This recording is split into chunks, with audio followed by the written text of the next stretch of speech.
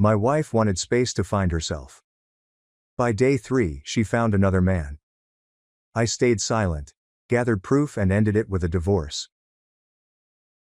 I'm 32 years old, and I met Chloe, a 30-year-old girl, when I was 27. We have been married for 3 years and together for 5.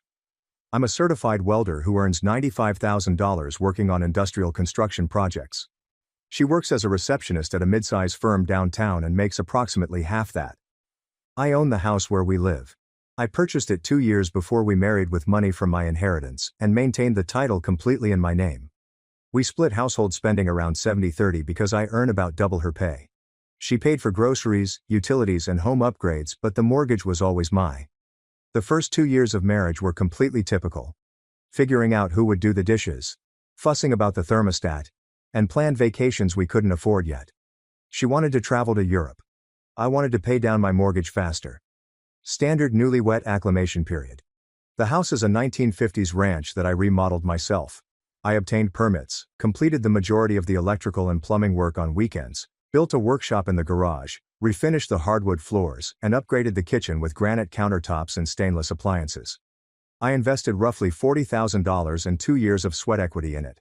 The present worth is approximately $280,000 in a rapidly gentrifying neighborhood. Things began to change approximately 8 months ago, when Chloe reunited with her college friend Amber. Amber had returned to town after a nasty divorce, had no children, and was receiving $2,500 per month in alimony from a tech guy who had allegedly cheated. She lived in a trendy downtown apartment, went to clubs every weekend, and shared Instagram stories about living your best life and not settling for less. My best friend Stefan quickly nicknamed her the life coach after meeting her at a cookout. Logan's been my wingman since college. A brutally honest software developer with no tolerance for drama and a dark sense of humor. He made an immediate call after seeing Amber's fancy handbag and artificial eyelashes. Amber was 28, bleached blonde, and one of those ladies who believes having an opinion on everything makes her interesting. She constantly smiled for too long at me and laughed too heartily at my jokes. I chalked it up to extrovert energy back then. I should have known better. She would drive up to our house in her little BMW. She was always dressed for a nightclub and had some fresh love advice that sounded like it came from a daytime talk show. The woman was a walking red flag factory, divorced after 18 months of marriage, with no employment skills other than wasting someone else's money, and a toxic cheerfulness that would make normal people want to leap off bridges. But she had Chloe's ear. Chloe suddenly began to come home with new views about relationships, such as how we had become too complacent, how marriage should not feel like roommates, and how successful couples challenge each other to keep the spark alive. Amber had discovered that week's romance podcast, and it was all recycled rubbish. The struggle began tiny. Why haven't I planned more spontaneous dates? Why was I constantly working late? Why didn't I feel jealous when other guys approached her at parties? Classic created drama, but I hadn't noticed it yet. I was working on a large commercial project downtown, a 12-story office building that was 3 months behind time and $200,000 over budget. The type of job that can make or break careers in my sector. I was working 60-hour weeks, often on Saturdays, to protect the project from becoming a complete disaster. But according to Amber's relationship philosophy, my commitment to keeping us financially stable demonstrated that I didn't care about our marriage. You cannot make this stuff up. By December, we were fighting twice a week, with the same routine. She'd start with something trivial, elevate it to a character assassination, and then appear surprised when I didn't join in the panic. I would try to solve the problem. She would accuse me of being emotionally unavailable. The Christmas battle was over the tree. I'd spent a 12-hour day dealing with structural engineers and city inspectors. I got home fatigued, and she was furious because I didn't appear enthused enough about the tree she bought. I didn't dislike it, but I didn't seem enthusiastic about it. Logan summarized it perfectly. She is creating problems since a divorced acquaintance advised her that her marriage should be like a reality TV show. I started working later, partly due to the project deadline, but primarily because going home seemed like walking through a minefield. She interpreted that as proof that I didn't care about our marriage. Classic catch-22. What I didn't comprehend was that Amber wasn't only poisoning my wife's mind with relationship advice. She strongly encouraged her to consider other possibilities. The breaking point occurred on a Thursday in January. I got home at 7 p.m., which isn't late, and Chloe was sitting at our kitchen table, looking like she'd been practicing something all day. She had already had dinner without me, which was unusual. We used to wait for each other, even if it meant eating at 8 or 9 p.m. I grabbed some leftover Chinese food from the fridge and sat down. The sweet and sour pork was cold, but I was hungry enough not to care. I've been thinking about us, about where we're headed. I think we should take a break, she told me. I stopped eating. A temporary break of a week or two to explore how we feel without each other, to remind ourselves why we fell in love. I knew right where this was coming from. Amber had been feeding her this line for several months. How her ex-husband never valued her before she left. How absence makes the heart fonder. The fact is, I had heard this exact conversation before. My friend Tyler went through the same thing 2 years ago. His wife wanted to take a break and discover herself. She felt perfectly at ease in bed with her yoga instructor. It cost him half his $41,000 and $1,800 per month in child support. You want to separate? I inquired. I want us to pretend we're not married for a little while. See if we miss each other. See if you'll actually fight for us. So there it was. The actual agenda. This was not about taking up space. It was about getting me to dance for her attention. Making me prove my devotion with panic and desire. When I saw my wife of 3 years sitting there with her rehearsed speech and manipulation tactics from her trainwreck friend, something inside me turned cold. Instead than arguing or begging, I simply shrugged. Okay, I said. She blinked. Okay, if that's what you want. Her expression of disappointment was immediate. She had expected me to argue, beg, and make a great gesture. Instead, I simply agreed and returned to eating my leftover Chinese cuisine, as if she had asked me to pick some milk on the way home. That's when I realized our marriage was definitely finished. Not because of the break request, but because she was disappointed. I did not argue with her. She preferred drama over fixing anything. I texted Stefan just after she went to bed. Chloe wishes to take a marital break. His reaction arrived within 30 seconds. LOL. Let me guess. The life coach had an idea. What is your next move? I'm going to let her have her break. See what happens. Smart. Nothing screams I love you like a fake relationship test. Logan turned out to be optimistic regarding the timeline. We made the rules that night. We spent 2 weeks behaving like we weren't married. She would stay with Amber. Except for housework and emergencies, there will be no interaction. We would reassess after 14 days. The next morning she packed 2 suitcases, mostly with work clothes and enough casual clothing for 2 weeks. I helped her load them into her Honda Civic and watched as she drove away. The house felt different right away, quieter, but not in a bad way.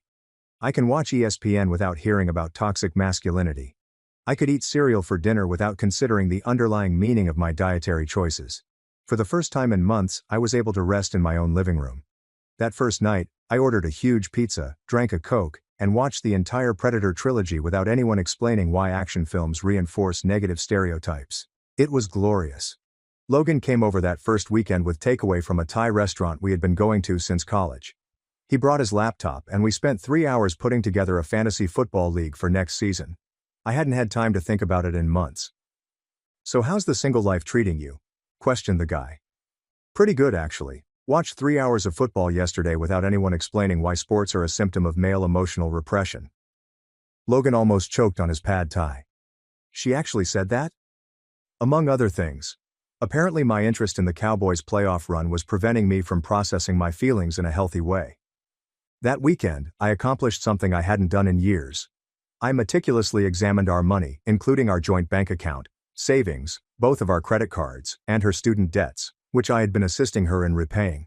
I started documenting all joint assets and debts. We had approximately $35,000 in combined savings and an additional $15,000 in a shared checking account. Her student debt balance remained $28,000 for a marketing degree that landed her a $45,000 job answering phones and booking appointments. I'd been throwing an extra $400 at it every month for the past 2 years, hoping to pay it off faster. I also documented the house improvements we had completed together. Over the course of 3 years, she had given over $8,000 in materials and appliances, the majority of which went toward the kitchen renovation. I did all of the work myself and put in an additional $32,000 of my own money. Monday morning I called Thomas, not to file anything, but to learn about my alternatives. Thomas took me through Texas divorce law, asset split, and what to expect if things went south. The good news was that the house will remain mine because it was purchased separately before marriage. The improvements were more difficult, but because I had done all of the labor and given the most of the funds, I was likely to retain the majority of the value. By the end of week 1, I'd transferred half of our joint savings to a separate account, which was entirely legal because it was marital property, and I had equal access. I modified my direct deposit to go into my private bank account rather than the combined one. She only texted me once the first week. Hope you're thinking about us. I showed Logan the text. What do you think that means? It means the life coach told her, you'd be a sobbing mess by now, begging her to come home. Instead, you're probably the most relaxed you've been in months. Must be confusing for her. By the 10th day, Amber had reached out. She evidently believed that 2 weeks was plenty of time to make her move. Tuesday afternoon, I received a text from a number that I had not stored. Hey, how are you holding up? We had never texted one-on-one before. I kept it short and friendly. I'm doing okay. This whole thing is weird. I know, right? Chloe's been quite stressed. Maybe we could get some coffee and talk about it. Instead of turning it off immediately, I opted to play along. Maybe that would help. We met on Thursday evening at a Starbucks near her apartment complex. She arrived dressed as if she were heading to a club. For coffee with her friend's husband during a marriage crisis, she wore a tight black dress, complete makeup, and enough perfume to choke a horse. The dress was cut low enough for me to see everything when she bent forward to fetch her latte, which she did repeatedly during our talk. Really subtle. I feel terrible about this whole situation, she murmured, leaning forward across the small table. You guys were so good together. Sure, we were, I thought. That's why she spent 8 months telling my wife we were boring. Were we though? All the fighting lately, that's just her being confused. She doesn't know what she wants. Amber reached out and touched my hand. But I can tell how much this is affecting you. Her nails were painted a strong crimson color that likely cost $50 at the salon. The type of upkeep that necessitates weekly visits and screams high maintenance. I let her to maintain touch for a few seconds before drawing back. It's been tough. You know, if you ever need someone to talk to, I'm here day or night. The chat lasted for an hour. She talked about how I deserved better, how Chloe didn't value what she had, and how if she had married someone like me, things would be different. When we departed, she held me for longer than necessary. This was really nice. We should do it again soon. I got home and immediately called Logan. Dude, you're not going to believe this. Let me guess, the life coach is already shopping for wedding dresses. She basically threw herself at me, dress cut down to her navel, touching my hands, talking about how I deserve better. The woman has the patience of a hungry shark. Of course she does. She probably had this plan before she even suggested the break to Chloe. It's like a 3-step program for home wrecking. What do you think? Play dumb. Let her think she's being subtle while you document everything. This is going to get interesting. Amber increased our contact over the next few days, sending me daily SMS to see how I was doing, and suggested we meet again. Sending photographs with phrases like, thinking of you during this difficult time. The photos were clearly staged. She was at the gym wearing yoga pants. Her in a restaurant with the caption, eating alone again. Her in a bikini near the pool of her apartment complex. Each one was designed to remind me of what I could get if I played my cards correctly. Logan was having a field day with her messages. Look at this one. I hope you know how special you are. What is she? A greeting card. Next she'll be sending you inspirational quotes about following your heart. I answered just enough to keep her engaged without crossing any boundaries, letting myself appear vulnerable and open to her attention. That is when she made her move. Friday evening text. I have something to tell you, but I don't know if I should. What is it? Can we meet? This isn't something for text. We met in the same spot. She appeared uneasy, constantly checking her phone as if she expected someone to call. I feel terrible about this, but I think you deserve to know. She took a big breath, as if she were ready to deliver awful news. Chloe's been seeing someone. I displayed the proper level of shock on my face. What? His name is Scott. She met him at some work conference last month. I've been watching them together, and it's not innocent. According to Amber, Scott was an Austin-based marketing director. Mid-30s, divorced, drives a BMW, works for a software company. The type of guy who most likely has a LinkedIn photo of himself pointing at a whiteboard. You're sure? I saw them at dinner last night. Very cozy. And she's been lying about where she goes when she leaves my apartment. Amber leaned across to take my hand. I'm so sorry, I know this hurts, but you needed to know. The message was plain. I had 2 choices. Fight for a cheating wife, or become her devoted buddy, who would never deceive me like Wei. What a coincidence. I played the grieving husband flawlessly. I can't believe she'd do this. You don't deserve this. You deserve someone who values you. I went home that night and did something I should have done weeks before. I reviewed our shared gadgets and accounts. Chloe had left her iPad at home when she moved out, and it was still logged into her iCloud account, with the password I had helped her set up months before. Her SMS messages automatically synced across all of her devices. What I uncovered were 3 weeks of chats with Scott, which began innocently enough: work industry gossip, concerns about a client who couldn't decide on branding colors. But by the second week, it had become personal. Complaints about our marriage, how she felt unappreciated, and how conversing with him reminded her of what it was like to be desired. The current messages were explicit. Plans to meet, discussions about their relationship, and images I didn't want to see. The timing revealed that she had been messaging him during our break, including shortly after she gave me the message about thinking about us. I took screenshots and backed everything up to my personal cloud storage. 47 messages in 3 weeks, including a dozen images and several voicemails I couldn't bear to listen to. Then I looked at our combined credit card statements online: 3 costly dinners at eateries around town in the last week. Meridian and the Capitol Grill were 2 places I had never heard of. A hotel fee from 2 nights ago at the Omni downtown. $280 for a single night. When she told Amber she was heading to Target or seeing work pals, they were all on dates. The hotel fee was the smoking gun. She had used our joint visa to pay for a room where she was hooking up with another person and asked me to wait for her. Like a backup plan. I called Logan. I found it. She's been hooking up with some guy from Austin. No way. Credit card receipts, hotel charges, 3 weeks of text messages planning their hookups. It's all here. Damn. So she convinced your wife to take a break so she could cheat, then came running to you with the information like some loyal friend. That's some next-level manipulation right there. What do you think her endgame is? She's betting you'll be so grateful for her loyalty and so hurt by Chloe's betrayal that you'll fall right into her arms. Classic rebound strategy. She destroys your marriage, then offers herself as the upgrade. Well, she's about to find out how that works out for her. I contacted Thomas first thing on Monday morning. I have evidence of adultery, text messages, hotel charges, restaurant receipts. Good. Please bring everything to my office. We will prepare the papers. Thomas went over the evidence for an hour, reading over the text exchanges with the detached professionalism of someone who had seen this narrative 1,000 times before. The text conversations are devastating, the financial records corroborate the time frame, and everything was obtained legally. With this proof, you're looking at keeping the house as separate property, 60 to 65% of joint assets, and no spousal support obligation. He said she lost her rights when she committed adultery. How long does it take to prepare everything? Give me 3 days. I want this to be airtight. Those 3 days were certainly the most unusual of my life.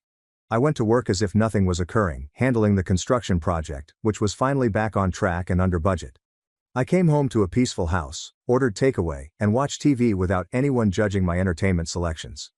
Meanwhile, I maintained the distraught husband act with Amber, allowing her to console me about the bad news she had brought and listening to her describe Chloe as a terrible friend to both of us.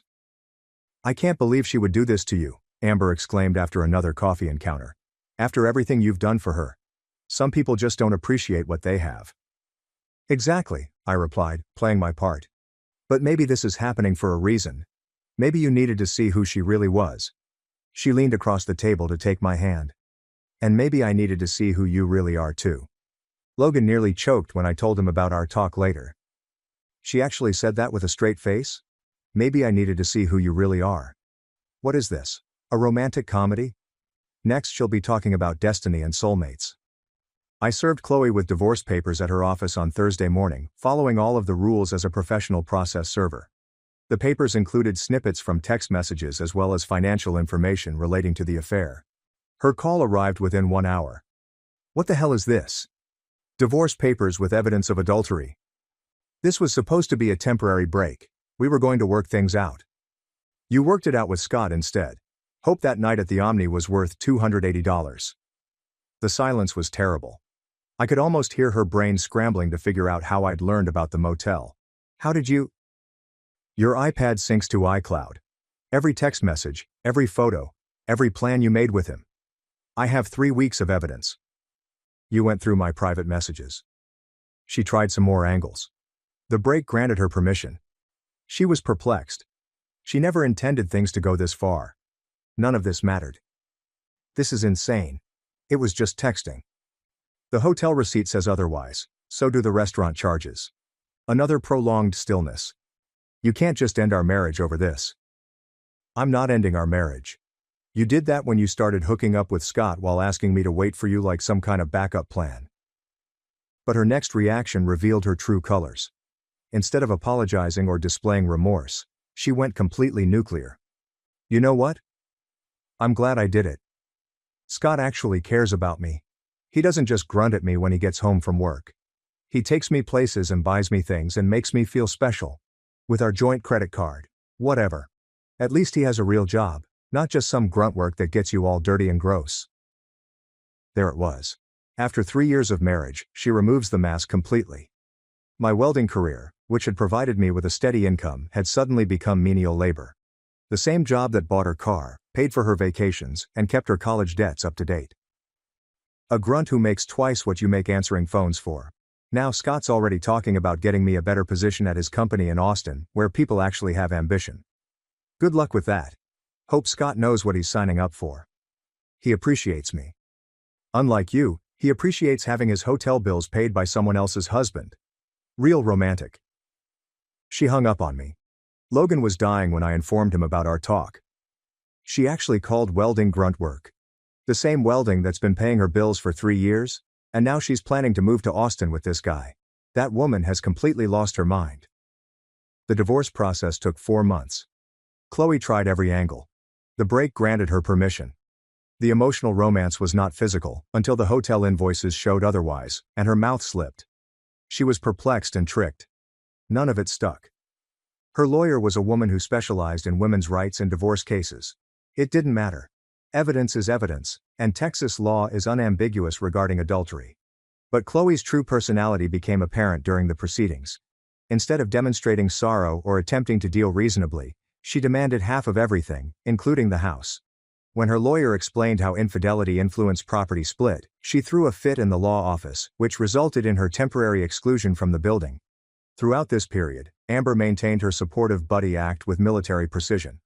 Regular texts checking in on me, offers to meet for coffee, and hints about moving our relationship to the next level once the divorce was finalized.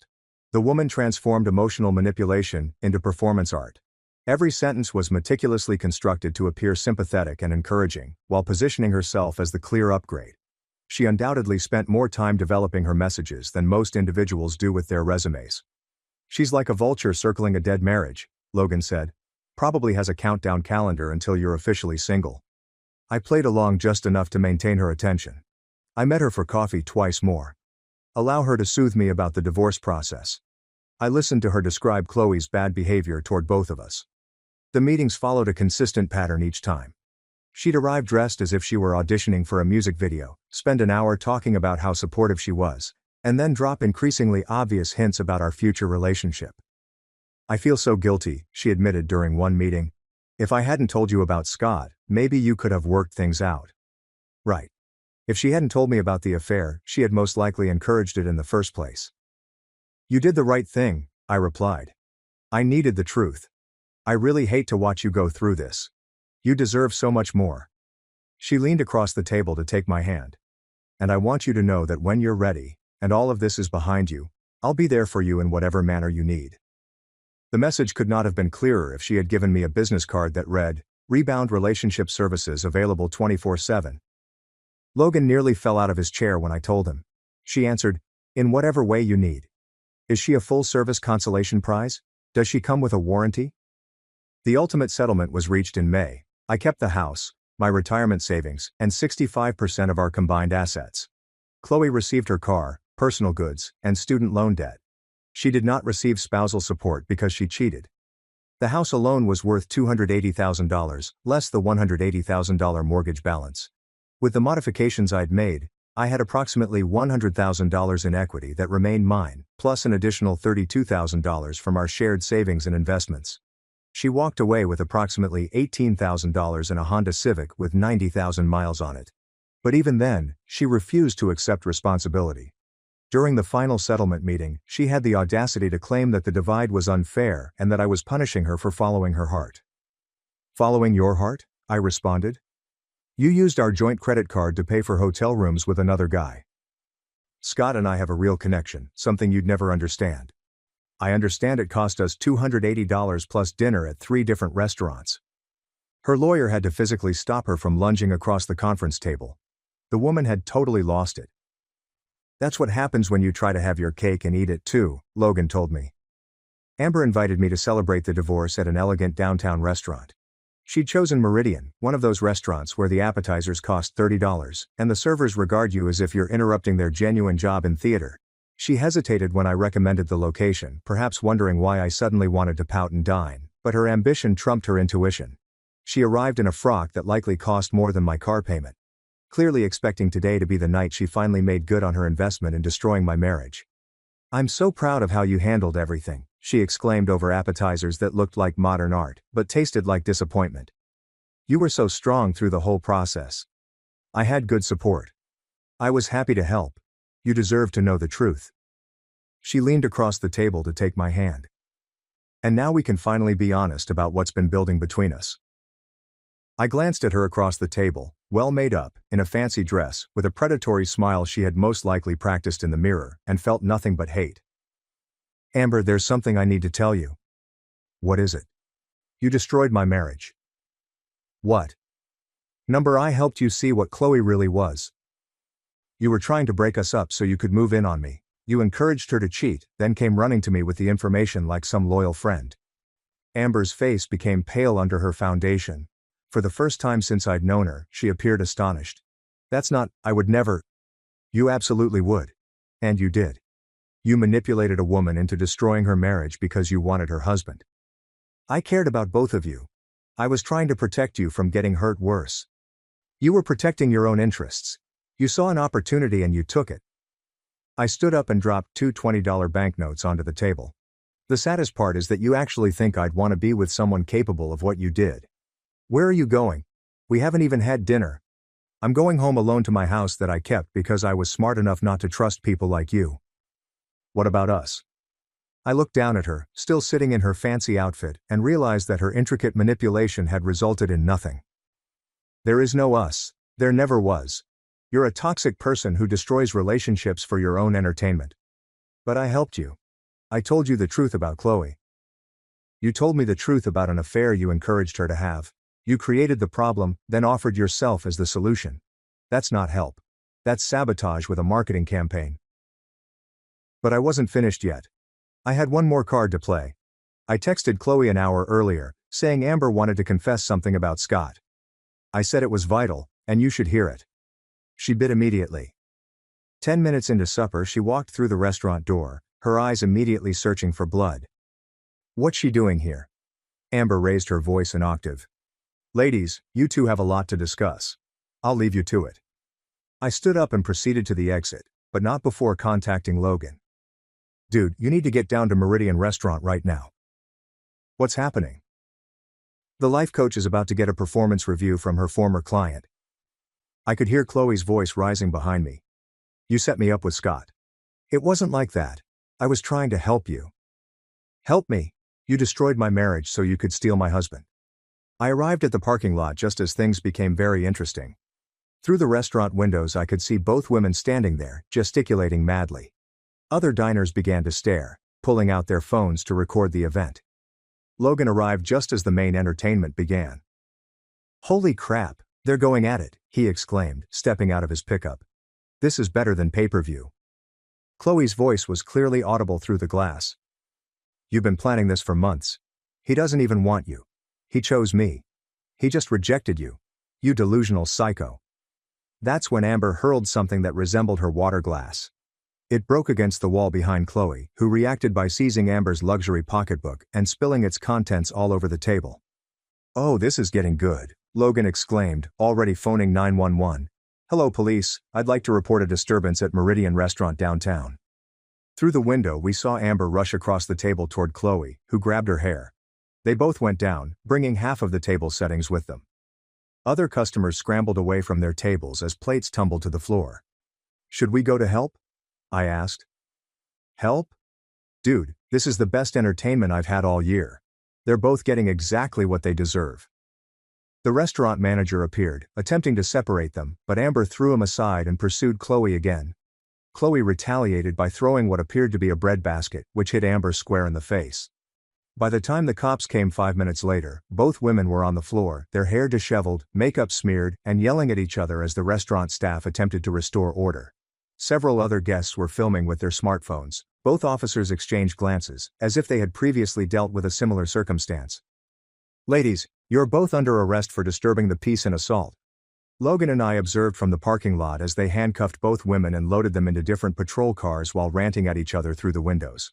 They stayed the night in county holding. Apparently shouting in public and hurling dinnerware is not covered by girl drama. "That," Logan replied, "was absolutely beautiful." The next morning I received a call from Chloe from the county jail. "This is all your fault," she said right away. "How exactly is your bar fight with Amber my fault? You set us up. You planned this." I told her the truth about what she did to our marriage. "What you two did after that was entirely your choice. We both got arrested because of you. You both got arrested because you decided to have a cage match in a public restaurant. That's on you." But she wasn't finished being entitled. "You need to bail me out. I'm your wife. Ex-wife as of yesterday, and no, I don't need to do anything for you. I don't have anyone else to call. Scott won't answer his phone. Sounds like a personal problem. You can't just leave me here. Watch me." The call lasted about 3 minutes until she hung up on me. Logan was dying when I told him later. "That woman has balls, I'll give her that." Both women ended up spending the night in jail and were fined for disrupting the peace. Chloe also had to pay for the restaurant's damaged property, which totaled roughly $800 in broken dishes, glassware, and cleaning fees. The incident was reported on various social media pages as "divorce drama turns into restaurant brawl." Someone recorded the entire event on their phone and shared it on TikTok. The video received 80,000 views during the first week. "When keeping it real goes wrong," wrote one commenter with 500 likes. Chloe returned to live with her parents in suburban Dallas. Last I heard she was working for a different company and earning around the same amount of money, but a viral video revealed she has a criminal record. Scott broke up with her after realizing he had been exploited to destroy a marriage and then publicly humiliated in a viral restaurant brawl. The funniest part was that Scott supposedly tried to avoid her after the arrest, but she kept showing up to his workplace in Austin to try to sort things out. His company needed to incorporate building security. Guy went from believing he was a player to seeking a restraining order. Amber attempted to contact me for several weeks following the arrest, alternately apologizing and accusing me. It began with, "I'm so sorry, I don't know what came over me," then progressed to, "You manipulated both of us, and destroyed 2 friendships." I ultimately disabled her phone number after she showed up at my house unexpectedly one Saturday morning, demanding to know why I was punishing her for being a wonderful friend. The house feels like home again. I got rid of all the decorative pillows that served no purpose. The perfumed candles were never allowed to be lit. Purchased a good sectional couch, a 65-inch television for the living room, and converted the spare bedroom into a home office. Trash occasionally removes itself. My parents gave my room to my brother's pregnant girlfriend and shoved me into the garage. After 3 years of paying for everything, I walked away. I'm 26, work in construction management, and I was today's age when I realized what family meant. I've been carrying these folks for 3 years straight. Mortgage, utilities, groceries, and repairs are all on me. Dad has been on disability since his back went out at the warehouse. Mom cannot leave the house without experiencing anxiety. My brother earned a PhD in job hopping and unemployment benefits. Growing up, I was always the trustworthy and responsible one. While my brother was off getting high behind the Dairy Queen, I was working summers on Dad's roofing crew. I learned early on that work meant money, and money meant freedom. I attended community college for construction management while living at home. We saved every dime, had a standard plan. Graduate, find a nice job, move out, and start my life. Then life occurred. Dad's injury happened just as I was ready to sign a lease on my own place. Had the deposit saved. The first month's rent is ready and the boxes are packed. A single phone call altered everything. Dad is crying on the phone. They cried because they were about to lose their home. Mom was having severe panic episodes and was unable to function. My brother is nowhere to be found, probably passed out on a friend's couch. So I unpacked those things, used my apartment money to pay their mortgage, and told myself it was only temporary, until Dad got back on his feet, Mom stabilized, and my brother grew the hell up. 3 years later we're still waiting. Anyway, the other night, I was eating dodgy Chinese takeout when my mother called. She only calls after someone has died or when she needs something. Nobody had died. Your brother is coming home with his girlfriend. She said she was pregnant. I'm stirring my lo mein and waiting for the catch. They will need the bedroom. You can have the garage for a time. Not asking but telling. The garage where regular people keep lawnmowers and Christmas decorations. Concrete flooring, one electrical outlet, and whatever weather decides to blow through the cracks. How long? I asked. Isn't it just temporary? Everything has been temporary for 3 years. Except for the bills I've been paying every month. Dad's disability checks, mom's incapacity to work, and my brother's breaks between being fired from dead-end jobs have all been temporary. I answered, all right, and hung up because what else could I say? Start a disagreement and argue with mom about fairness. That isn't how our family operates. My brother has always been the golden child. The one who is rescued, accommodated, and pardoned. Years ago I realized that pushing back only gets you characterized as the tough one, the selfish one, the one who doesn't understand family loyalty. So I said, okay, and began performing math. 4 adults are about to live on what I supply while I relocate to a concrete box with a space heater. The truth is, following what happened to Dad, I took over everything. The entire house runs on my wages, while they live rent-free. What made matters worse was that I was brilliant at it. Too good. They made it look easy. Mortgage payments are always on time. Fridge is always supplied. Utilities never go off. They had forgotten what struggle was like because I had absorbed it all. Became a human shock absorber after every financial setback. Now I'm about to lose my bedroom because my brother can't figure out birth control. 26 years old, decent income, going to sleep in a garage because family planning appears to imply planning to be someone else's issue. That night, I sat in my room, which would soon become theirs, and took a good look around. The furniture I purchased, the computer set up for work, and bathroom renovations I completed on weekends are all about to become the property of my unemployed brother and whatever her name is. I started calling her Princess in my head. Never bothered to learn her real name. So I started looking at apartments online. I told myself I was just browsing. But something had shifted. It wasn't about the bedroom anymore. This was almost 3 years of being viewed as a resource, rather than a person. They arrived in the afternoon. My brother arrives with Princess, their entire life packed into 2 rubbish bags. Dude doesn't own proper luggage, but he believes he's prepared for parenting. She's probably 22. Has that entitled expression young ladies acquire when they believe motherhood makes them unique. Before she even unpacks, she is already discussing nursery colors and baby names. She goes in, already calculating where she will store her belongings in my room. Starts measuring walls with her phone and discussing where the crib will go. My brother settles down on the couch, telling about how grateful they are. As if simply showing up is a significant accomplishment. The princess, standing in my bedroom doorway, exclaims, "This is perfect. The natural light is ideal for the newborn. My natural lighting in my bedroom for their newborn." I didn't speak to them. I just gathered my essentials and headed to the garage. I left everything else in the room save my gaming equipment. Let them believe they've hit the jackpot. They'd soon find out how much stuff costs when it can't be maintained. The garage was precisely what you would expect. Concrete floor, no insulation, and a single outlet that very likely violates building rules. An ancient couch that most likely hosts its own ecosystem. Because the window does not close, whatever weather decides to visit also becomes my weather. Set up my sleeping bag on the infected couch. I plugged in the space heater that seemed like it was about to die and sat there in the dark listening to them upstairs moving my belongings, getting comfy in my place, and watching Netflix. He could hear his girlfriend squealing over the walk-in closet. I created a walk-in closet last year, which expanded what was formerly a conventional closet.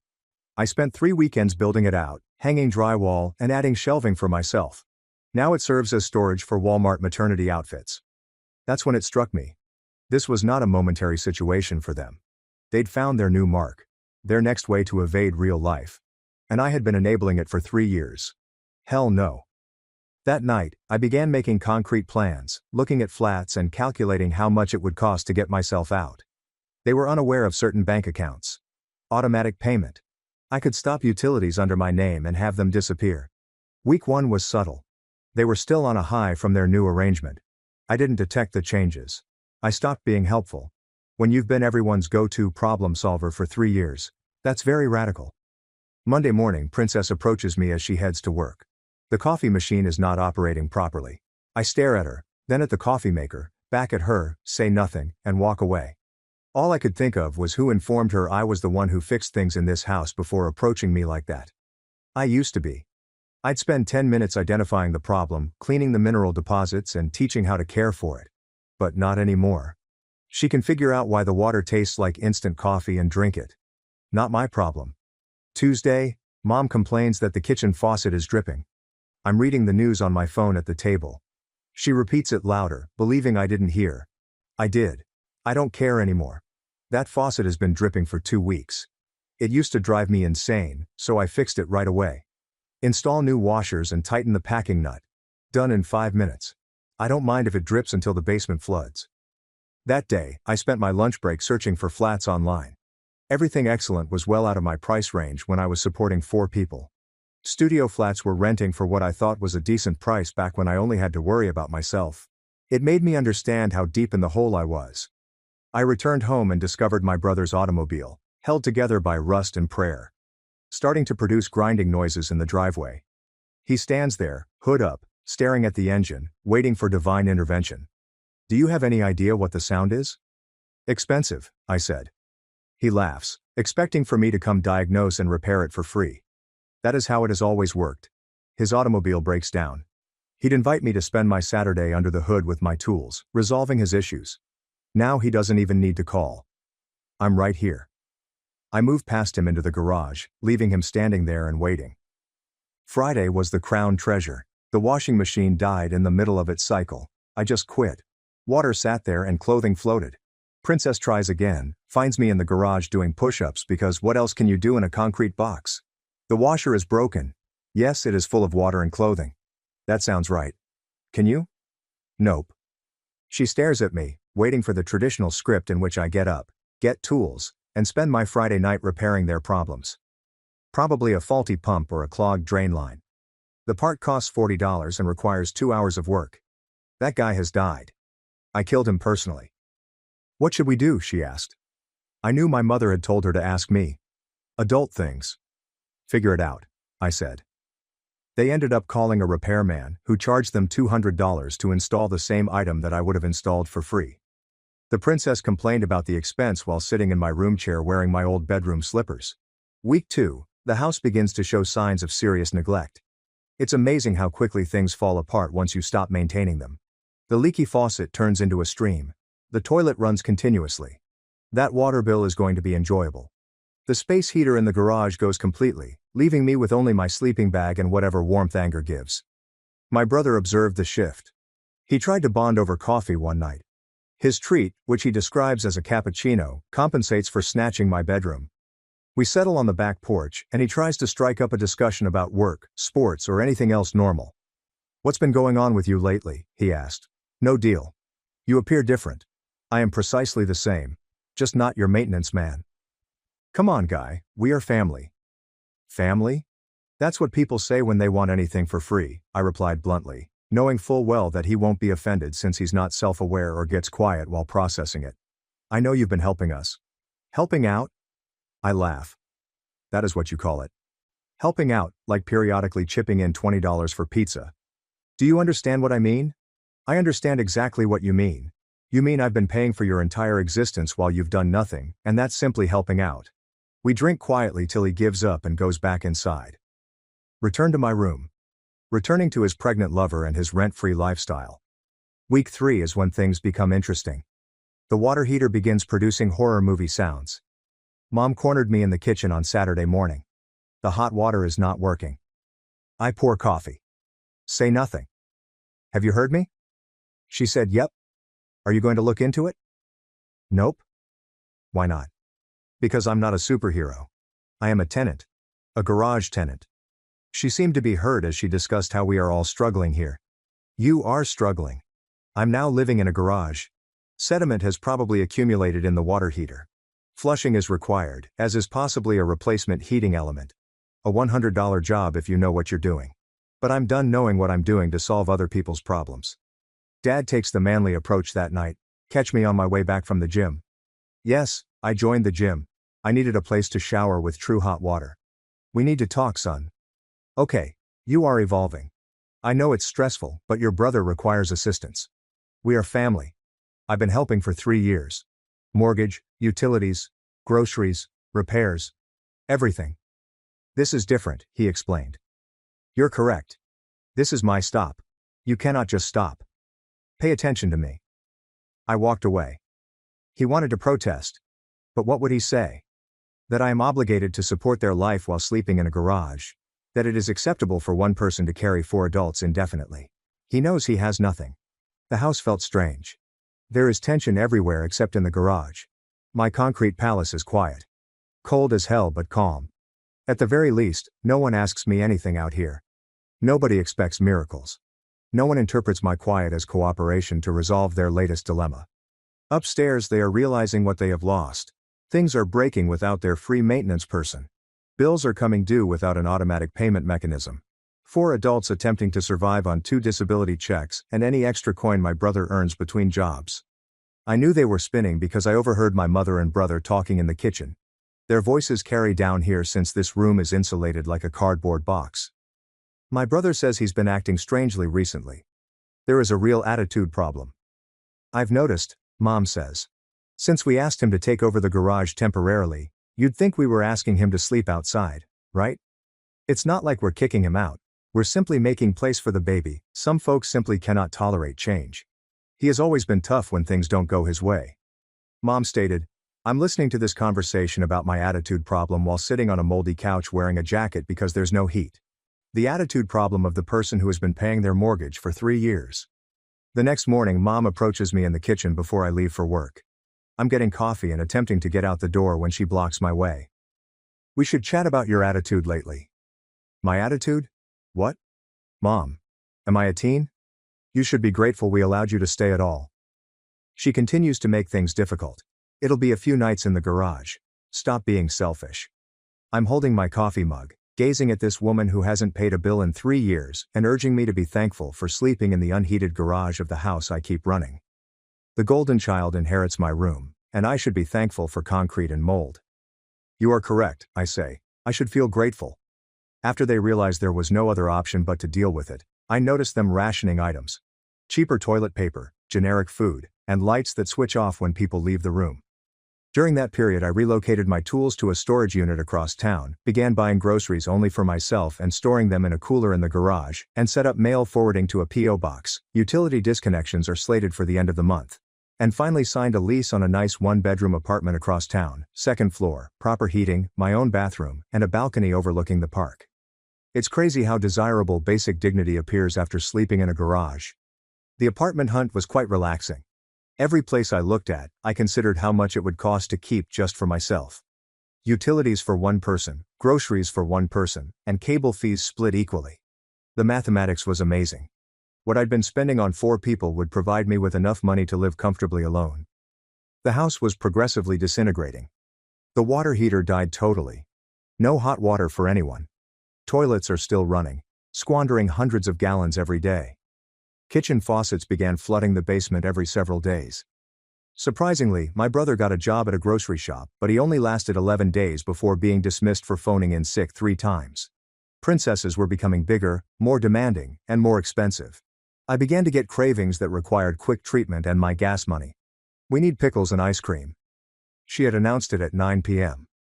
I told her, sounds like your problem, but I'm pregnant, not my child. He's your nephew, and you're being extremely unsupportive. I'm being very honest.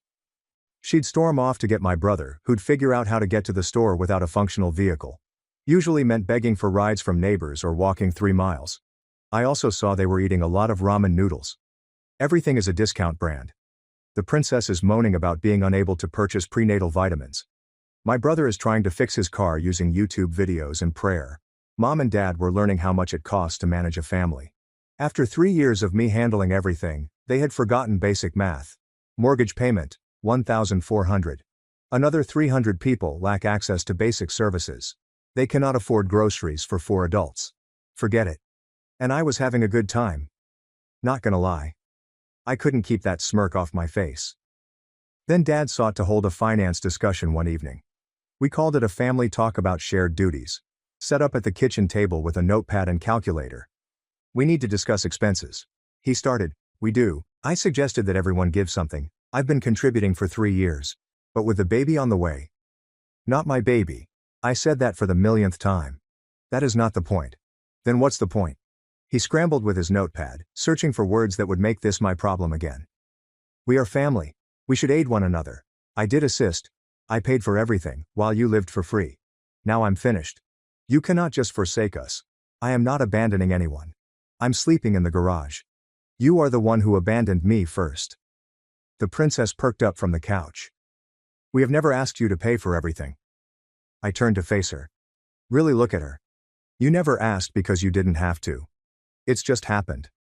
And once it began, you ensured that it continued. That is not fair, she said. Fair.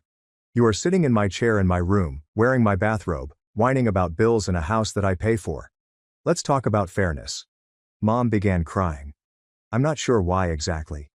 The princess huffed up the stairs. My brother merely sat there, perhaps calculating how many packs of cigarettes he could buy if he avoided the payments. That's when Dad took out a piece of paper. I've been running numbers. If everyone contributes equally. Dad, stop, I replied. Please hear me out.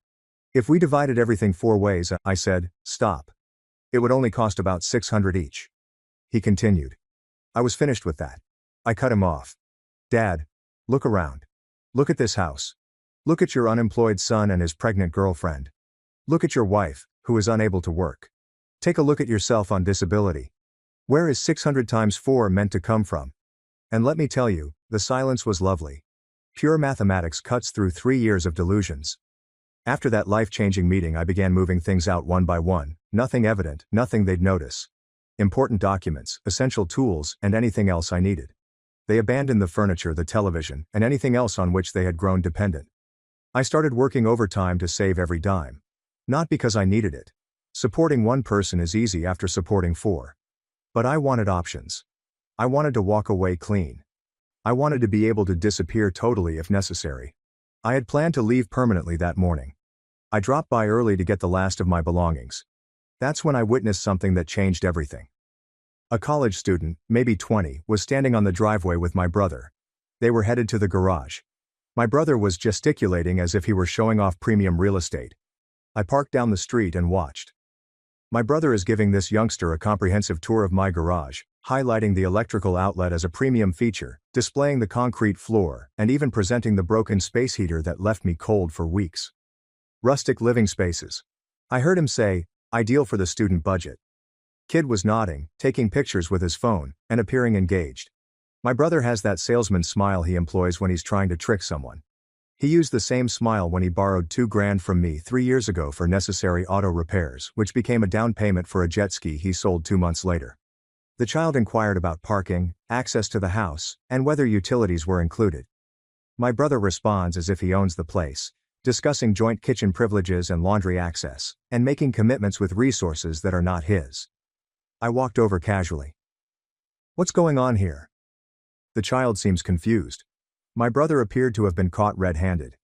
He claimed he was just showing him the space. What amount of space? The garage is for rent. I looked at him like, what the actual hell?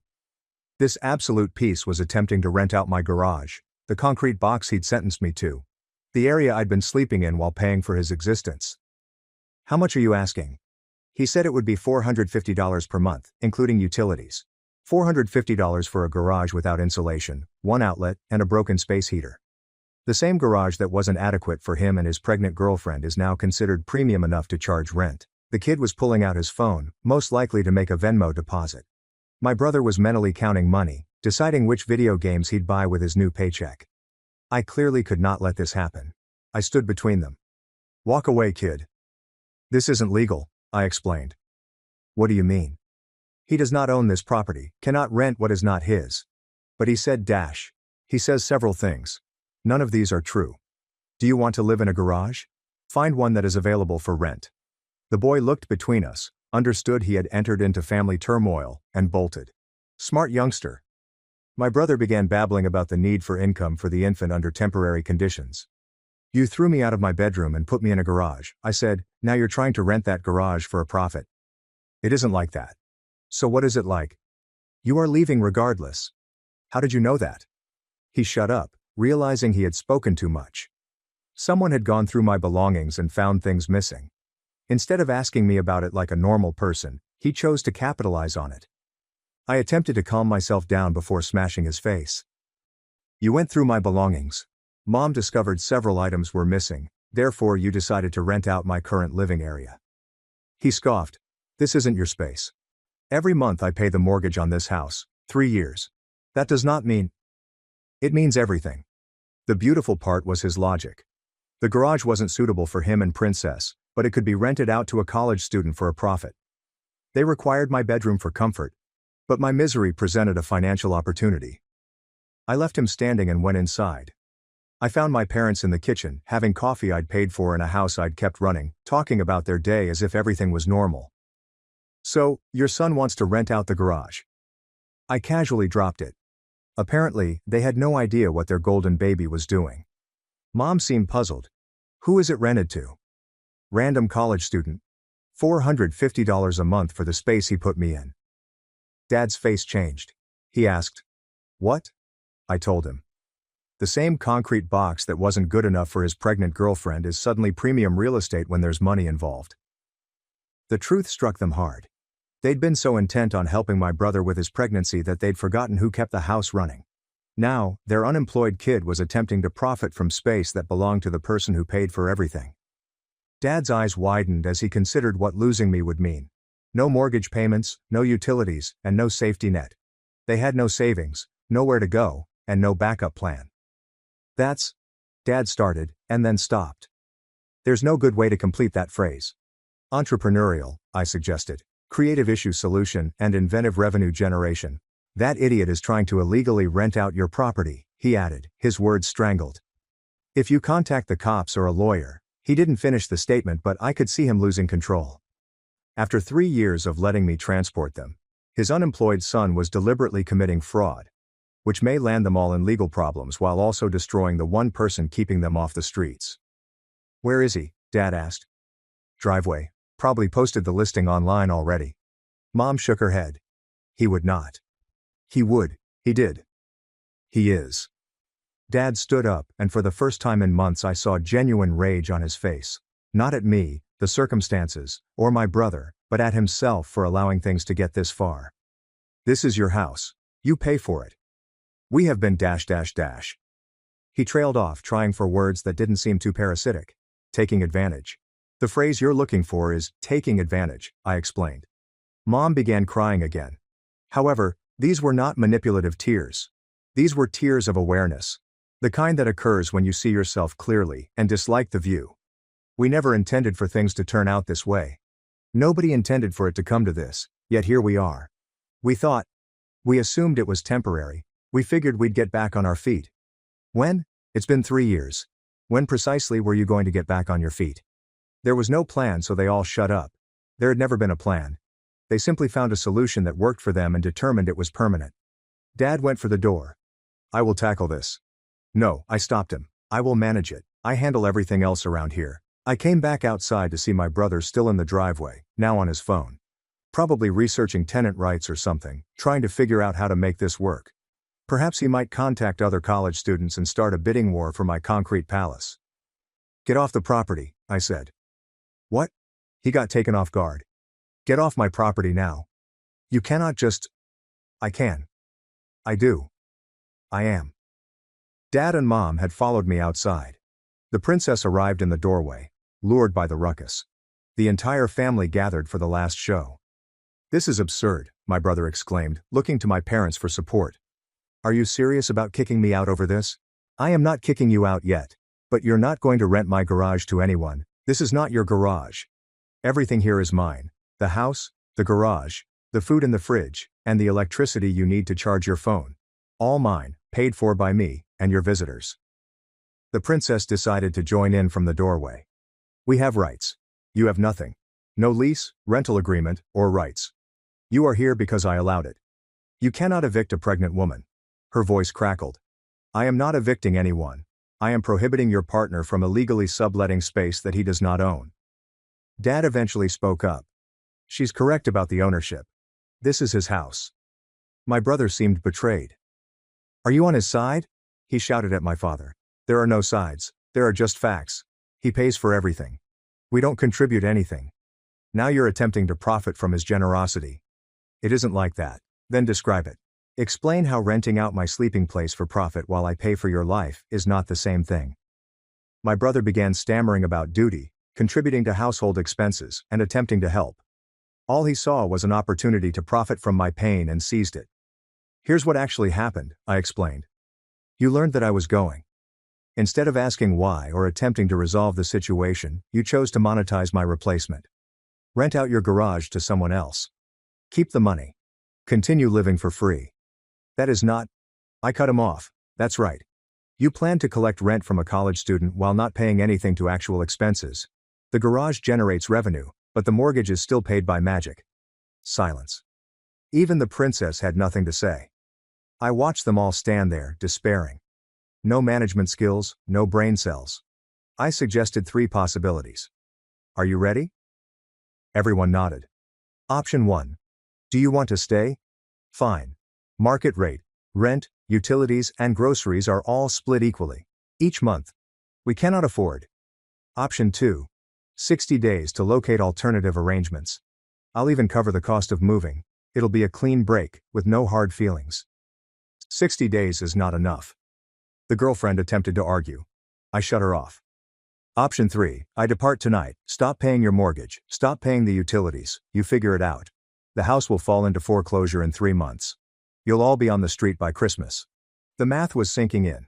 4-way split on a $1,400 mortgage, including utilities and food. They'd require around $600 each month. Adults who work can make it happen. Impossible given their current circumstances. Could we think about it? Mom asked. You can think for 60 seconds. I have someplace to be. Dad stared at Mom. Mom gazed at my brother. My brother stared at the princess. Princess peered at her phone, possibly calculating the cost of apartments in their pricing range. Mom eventually mentioned the 60-day period. We'll take the 60 days. Good decision, I remarked. My brother was not done. Still maintained the entrepreneurial spirit. We are family. Family? You put your pregnant girlfriend into my bedroom, locked me in a garage, and then attempted to rent the garage for profit. That is not family. He literally said, that is a slumlord. And I am not joking. I tried to help with bills by pocketing rent money.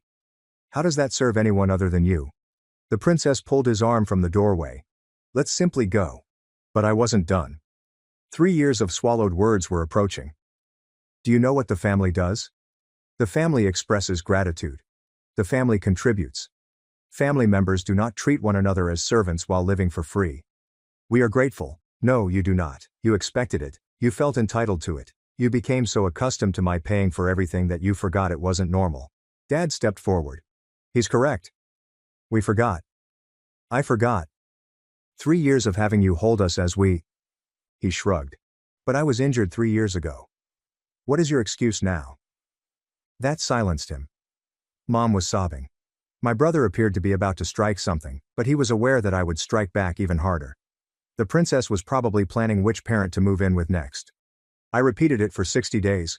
Starting tomorrow, I'll pay the bills once more. After that you are on your own. Where shall we go? Mom asked. That's the beauty of being an adult. You gotta figure it out. I walked back to my pickup. We're done with the conversation. We're done with the drama. I am done being their solution. But my brother had one more shot. You're going to regret this. When the baby arrives and we require assistance, you will regret burning this bridge. I turned around for the last time. I did not burn anything. I just quit being the bridge. And that was all. 2 months later, I am writing this from my actual residence. The second-floor flat has genuine heat. I have my own bathroom, bedroom with a lockable door, balcony overlooking the park where I have coffee every morning without being asked to repair anything. The pleasure of minimal solitude feels different after sleeping in a garage. The family discovered a site, a 2-bedroom duplex across town. Rent is approximately $900 split 4 ways. It's manageable when everyone helps. My brother is working evenings at a warehouse. The same kind of job Dad had before his back gave up. It turns out he can retain a job when his life depends on it. Funny how motivation works. The princess had the baby. Healthy child. 10 fingers and 10 toes. There is no chance of me babysitting. They named him after our grandfather. Most likely in an attempt to win family points. Mom acquired a part-time job at a craft store. It turns out that her anxiety is controllable when staying at home is not an option. Dad is performing consultancy work from home, employing talents he had neglected while someone else paid the bills. They are struggling. Of course they are. That's what happens when you're suddenly forced to be an adult after a 3-year vacation. But they're coping, surviving, and discovering how much things really cost when you have to pay for them yourself. I received a text from my brother last week. Rent is due tomorrow, and we are short $40. I did not respond. Not my concern anymore. Mom calls on a monthly basis to provide updates that I do not request. How the infant is doing, what new phrases he's learning, and how they're handling their finances. She always seems shocked that they are making it work. Like paying their own way was an unthinkable concept. Dad occasionally texts with home repair questions.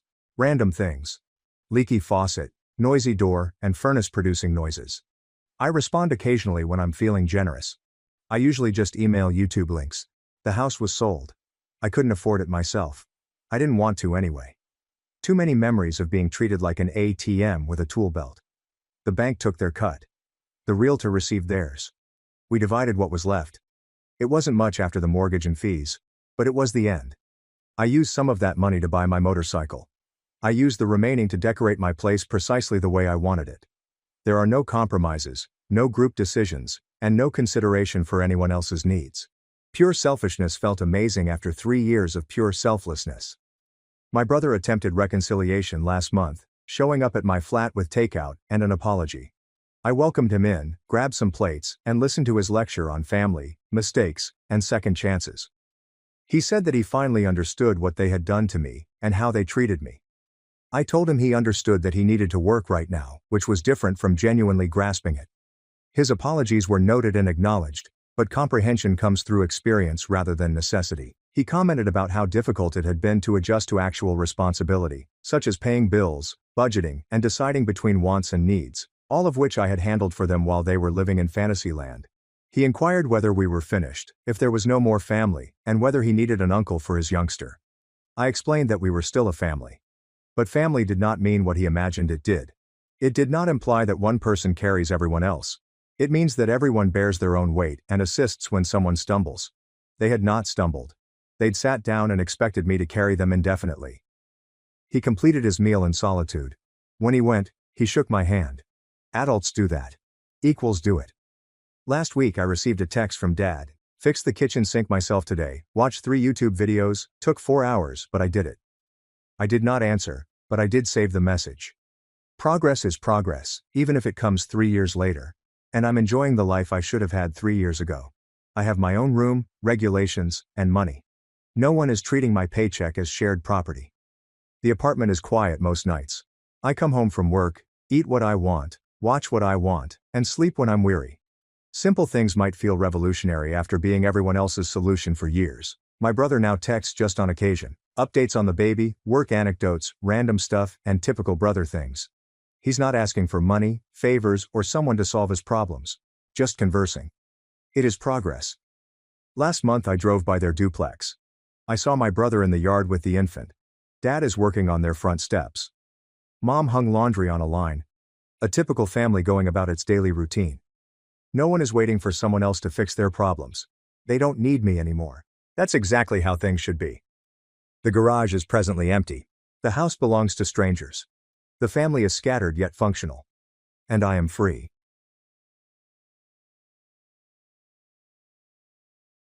I paid $14,000 in family bills. On my birthday, they said, no gifts, help your sister instead. So I cut the power, Wi-Fi, replied we're done. I turned 31 on a Tuesday. It wasn't a huge milestone, but it felt significant. I'd spent the previous 4 years assisting my parents with their bills, covering unexpected expenses, lending money to my sister Rachel when her ex failed to pay, and basically acting as the family's silent ATM. I did not complain. I assumed we were all simply getting by, and I happened to be doing slightly better. I think they appreciated it. I assumed it meant something. I invited them over. Nothing fancy. I barbecued, cleaned the place, and prepared the table as if it were Thanksgiving. I even created a playlist. I'm not sure what I expected. Perhaps some warmth, a card, or any indication that they knew it was my day for once. They arrived half an hour late. No presents, not even a bottle of wine. Rachel was already on edge since her child was behaving up. She put her stuff on my couch without saying anything. Mom gave me a short hug without looking at me. Dad went directly to the refrigerator to see what beer I had. They pretended to be stopping by someone else's house, as if it was not my birthday at all. I served them steak, nice wine that I had purchased myself, and even had the chocolate cake chilling in the kitchen. Nobody commended anything. Rachel was scrolling through her phone halfway through the meal, while her child splattered food all over my table. I attempted to keep the discussion light, but I kept getting one-word answers and exhausted groans. Mom turned to me as they were departing, as if she was realizing something she had forgotten. "There won't be any presents this year," replied the woman, "but your sister needs help with gifts for her child." Dad joined in, as if everything was settled. "You owe it to your family." I just stood there. No one had said happy birthday, not even once. It wasn't the lack of presents that bothered me, it was how they expressed it. Like I should have known. Like it made perfect sense to forego my birthday so Rachel's child could have something extra. Like I was an afterthought. I told them it was all right, smiled, said I understood, and let them leave thinking they were still in charge of the screenplay. After they went, I sat in silence for a bit. I kept expecting the weight in my chest to turn into despair, but it didn't. It transformed into clarity. I opened my laptop and signed into every account I had ever made for them. Their electricity and gas were disconnected. They canceled their Netflix, Wi-Fi, and streaming subscriptions, which they never paid for but always used. Rachel no longer has the extra card I provided her for emergencies. Then I went downstairs to turn off the thermostat. It was going to be freezing tonight. Good. Let them feel it. I initiated our family conversation with my parents, Rachel and myself. No emojis and no drama. Only one line. "I'm taking back everything I gave you, and I'm leaving." With it all. I immediately turned off my phone and sat in the dark for an extended period of time. It felt peaceful, but not empty, like the calm before a storm. And that is exactly what happened next. When I awoke the next morning, I knew exactly what I was going to see. My phone buzzed as if it had something vital to tell me, but I let it vibrate until the battery died. When I finally plugged it in and turned it on, there were over 70 unread messages across our family group chat and direct texts. Rachel had initiated it, of course. The texts came in waves, first demanding to know what was going on, then accusing me of being dramatic and emotionally unstable, and ultimately attempting to pull me back in with passive-aggressive guilt. "You're blowing everything up over nothing. Grow up. This family has done so much for you. You think you're the only one struggling?" My mother then delivered a lecture that appeared to be typed with shaky fingers. It was all about how families make sacrifices for one another, and she couldn't believe I was turning on them like way. She expressed disappointment. That word has always been their favorite. Never sorry. Only disappointed. It felt as if my entire function was to gently carry the weight they had given me. My father didn't bother with paragraphs. Just sent "grow up." There's no period, just these two words. That was his understanding of emotional involvement. Rachel was the only one who continued messaging after I had not responded. She began asking about the thermostat. They said it was 63 degrees in their residence, and the child was cold. They asked when I planned to turn it back on. She used her son as a barrier, as if I was harming him, rather than removing myself from the disaster they continued to pretend was normal. Around 9:30 p.m., there was a knock on my door. I did not look through the peephole. I knew it was Rachel. No call, no text. Only she stood there, as if nothing had occurred. She didn't even wait for the invitation, just walked right past me and into the kitchen. She opened a cabinet, poured herself a glass of water, and leaned against the counter, as if she still lived there. "You're seriously cutting everyone off because you didn't get a birthday present?" said the woman. I did not respond right away. I kept the stillness just long enough to make it uncomfortable. She didn't stop. "Everyone's helping me except you. Even Mom and Dad have been trying. But you act like I chose this." That's when I politely asked her where she was currently working, which firm she was with. She did not look me in the eyes. Said something cryptic about working freelance contracts, part-time work, and remote cases. I waited. She finally sighed and spoke. She wasn't working anymore. Hasn't been in about a year. Got laid off. Never informed our parents. She'd been lying about it, stating she was still making 6 figures while blowing every penny of her funds. Her credit cards were maxed out. She stated that she intended to sort it out eventually, but in the meanwhile, everyone else's money was required to fill in the gaps. That's when it all became clear. The parties, the clothes, and the extravagant gifts for her children that she never paid for herself. It was not about survival. It was all about appearance. She was drowning, but too proud to admit it and too lazy to swim. She expressed exhaustion, overwhelm, and difficulty doing things alone. I said I believed her. I said I'd help, but not by giving her money. I stated I'd phone social services in the morning because someone needed to intervene before things got worse. I was afraid she would have a breakdown. Instead, she burst. Someone called me a snake, said I was punishing her for being a single mother. They accused me of turning on my own family over something trivial. She stormed out and slammed the door behind her. I did not chase her. I didn't feel sorry.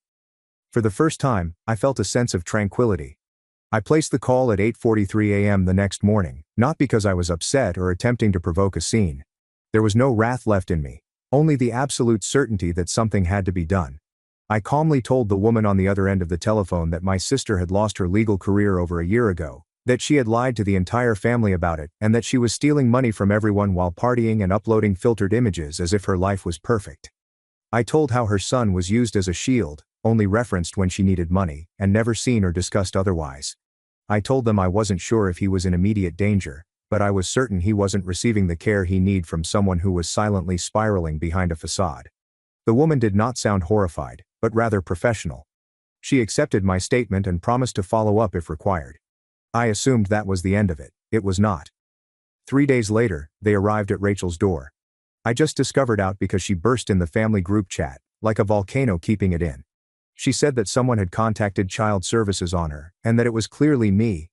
And how could I attempt to take her child away? How dare I ruin her life? How dare I act like I was superior to everyone? Then came the true venom. She wrote that I was envious. That I had always envied her success, her life, her child, and her apparent independence. I read it all silently. Everyone else in the group chat became quiet. Mom didn't say anything. Dad did not even log in. Then she began threatening legal action. Said she was going to file harassment charges and possibly sue me for defamation, as if she had the money or standing to do so. I did not respond. Instead, I contacted my mother privately. I just wrote, "She's not a lawyer. Ask her." That was all. I'm not sure what happened after that, but according to what I heard later, my mom contacted Rachel the same night. And whatever Rachel told her didn't go down well. Because the next day, my mom messaged me unexpectedly. "We didn't know. This is a lot. I don't know what to say." That was the closest thing to an apology I had ever received from her. But that didn't solve anything.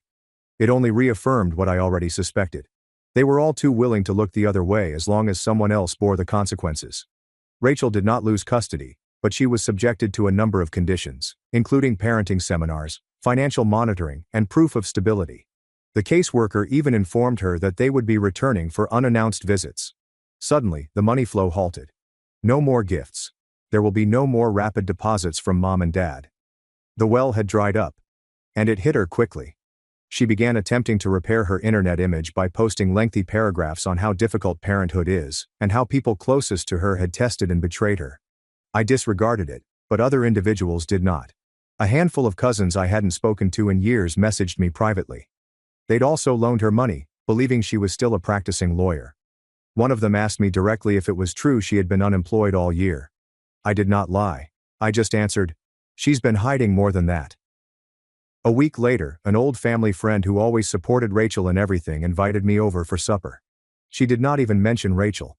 She simply stated that she had been meaning to catch up, as if something had quietly shifted and she was ready to speak it out loud. That surprised me the most. I had not asked anyone to choose sides. I'd spent my entire life being the quiet one, the dependable one, the man who never made waves. And then, when I finally did, a few individuals began to gravitate toward me, not out of devotion, but because they were weary of pretending. Then Dad contacted me. He said he did not want us to be enemies. He claimed he missed when we were all close. He claimed the family was falling apart and blamed me for not consulting them first before going public. I told him the truth. "You were only close to the version of me that let everyone else walk over him. That version is gone." He left me to read, which I was happy with. I began sleeping better not because everything was fixed. It was not. My family was dispersed, and my relationships had deteriorated beyond repair. But there was a sense of calm in the honesty, even if it came with consequences. No more pretending. No more silent resentment. Then came the letter. It arrived in my mailbox one Friday afternoon. There's no return address, just my name and oddly neat handwriting.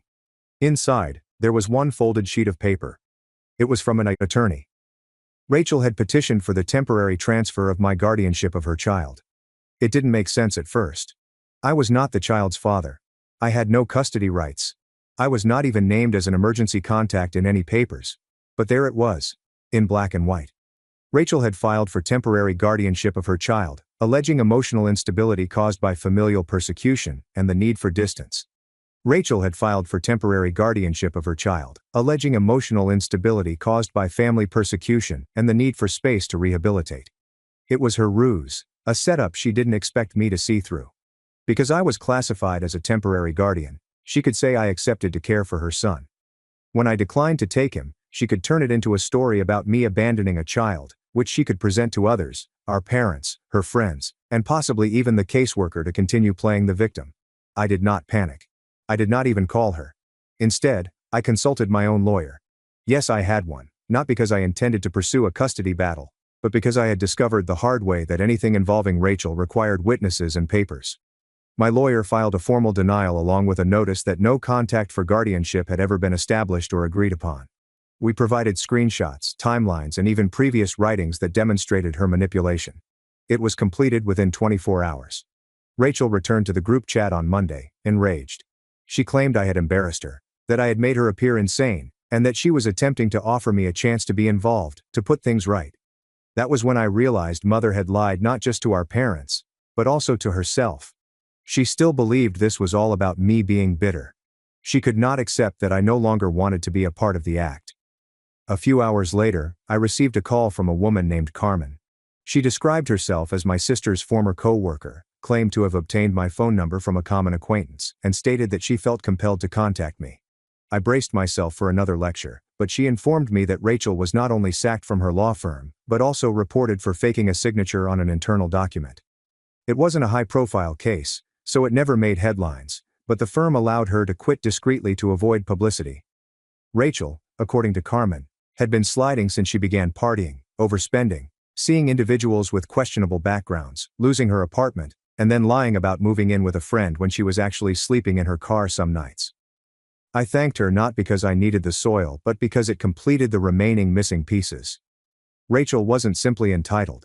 She was drowning and clinging to anyone who floated nearby, even if it meant dragging them down with her. I did not respond to her outburst in the group chat.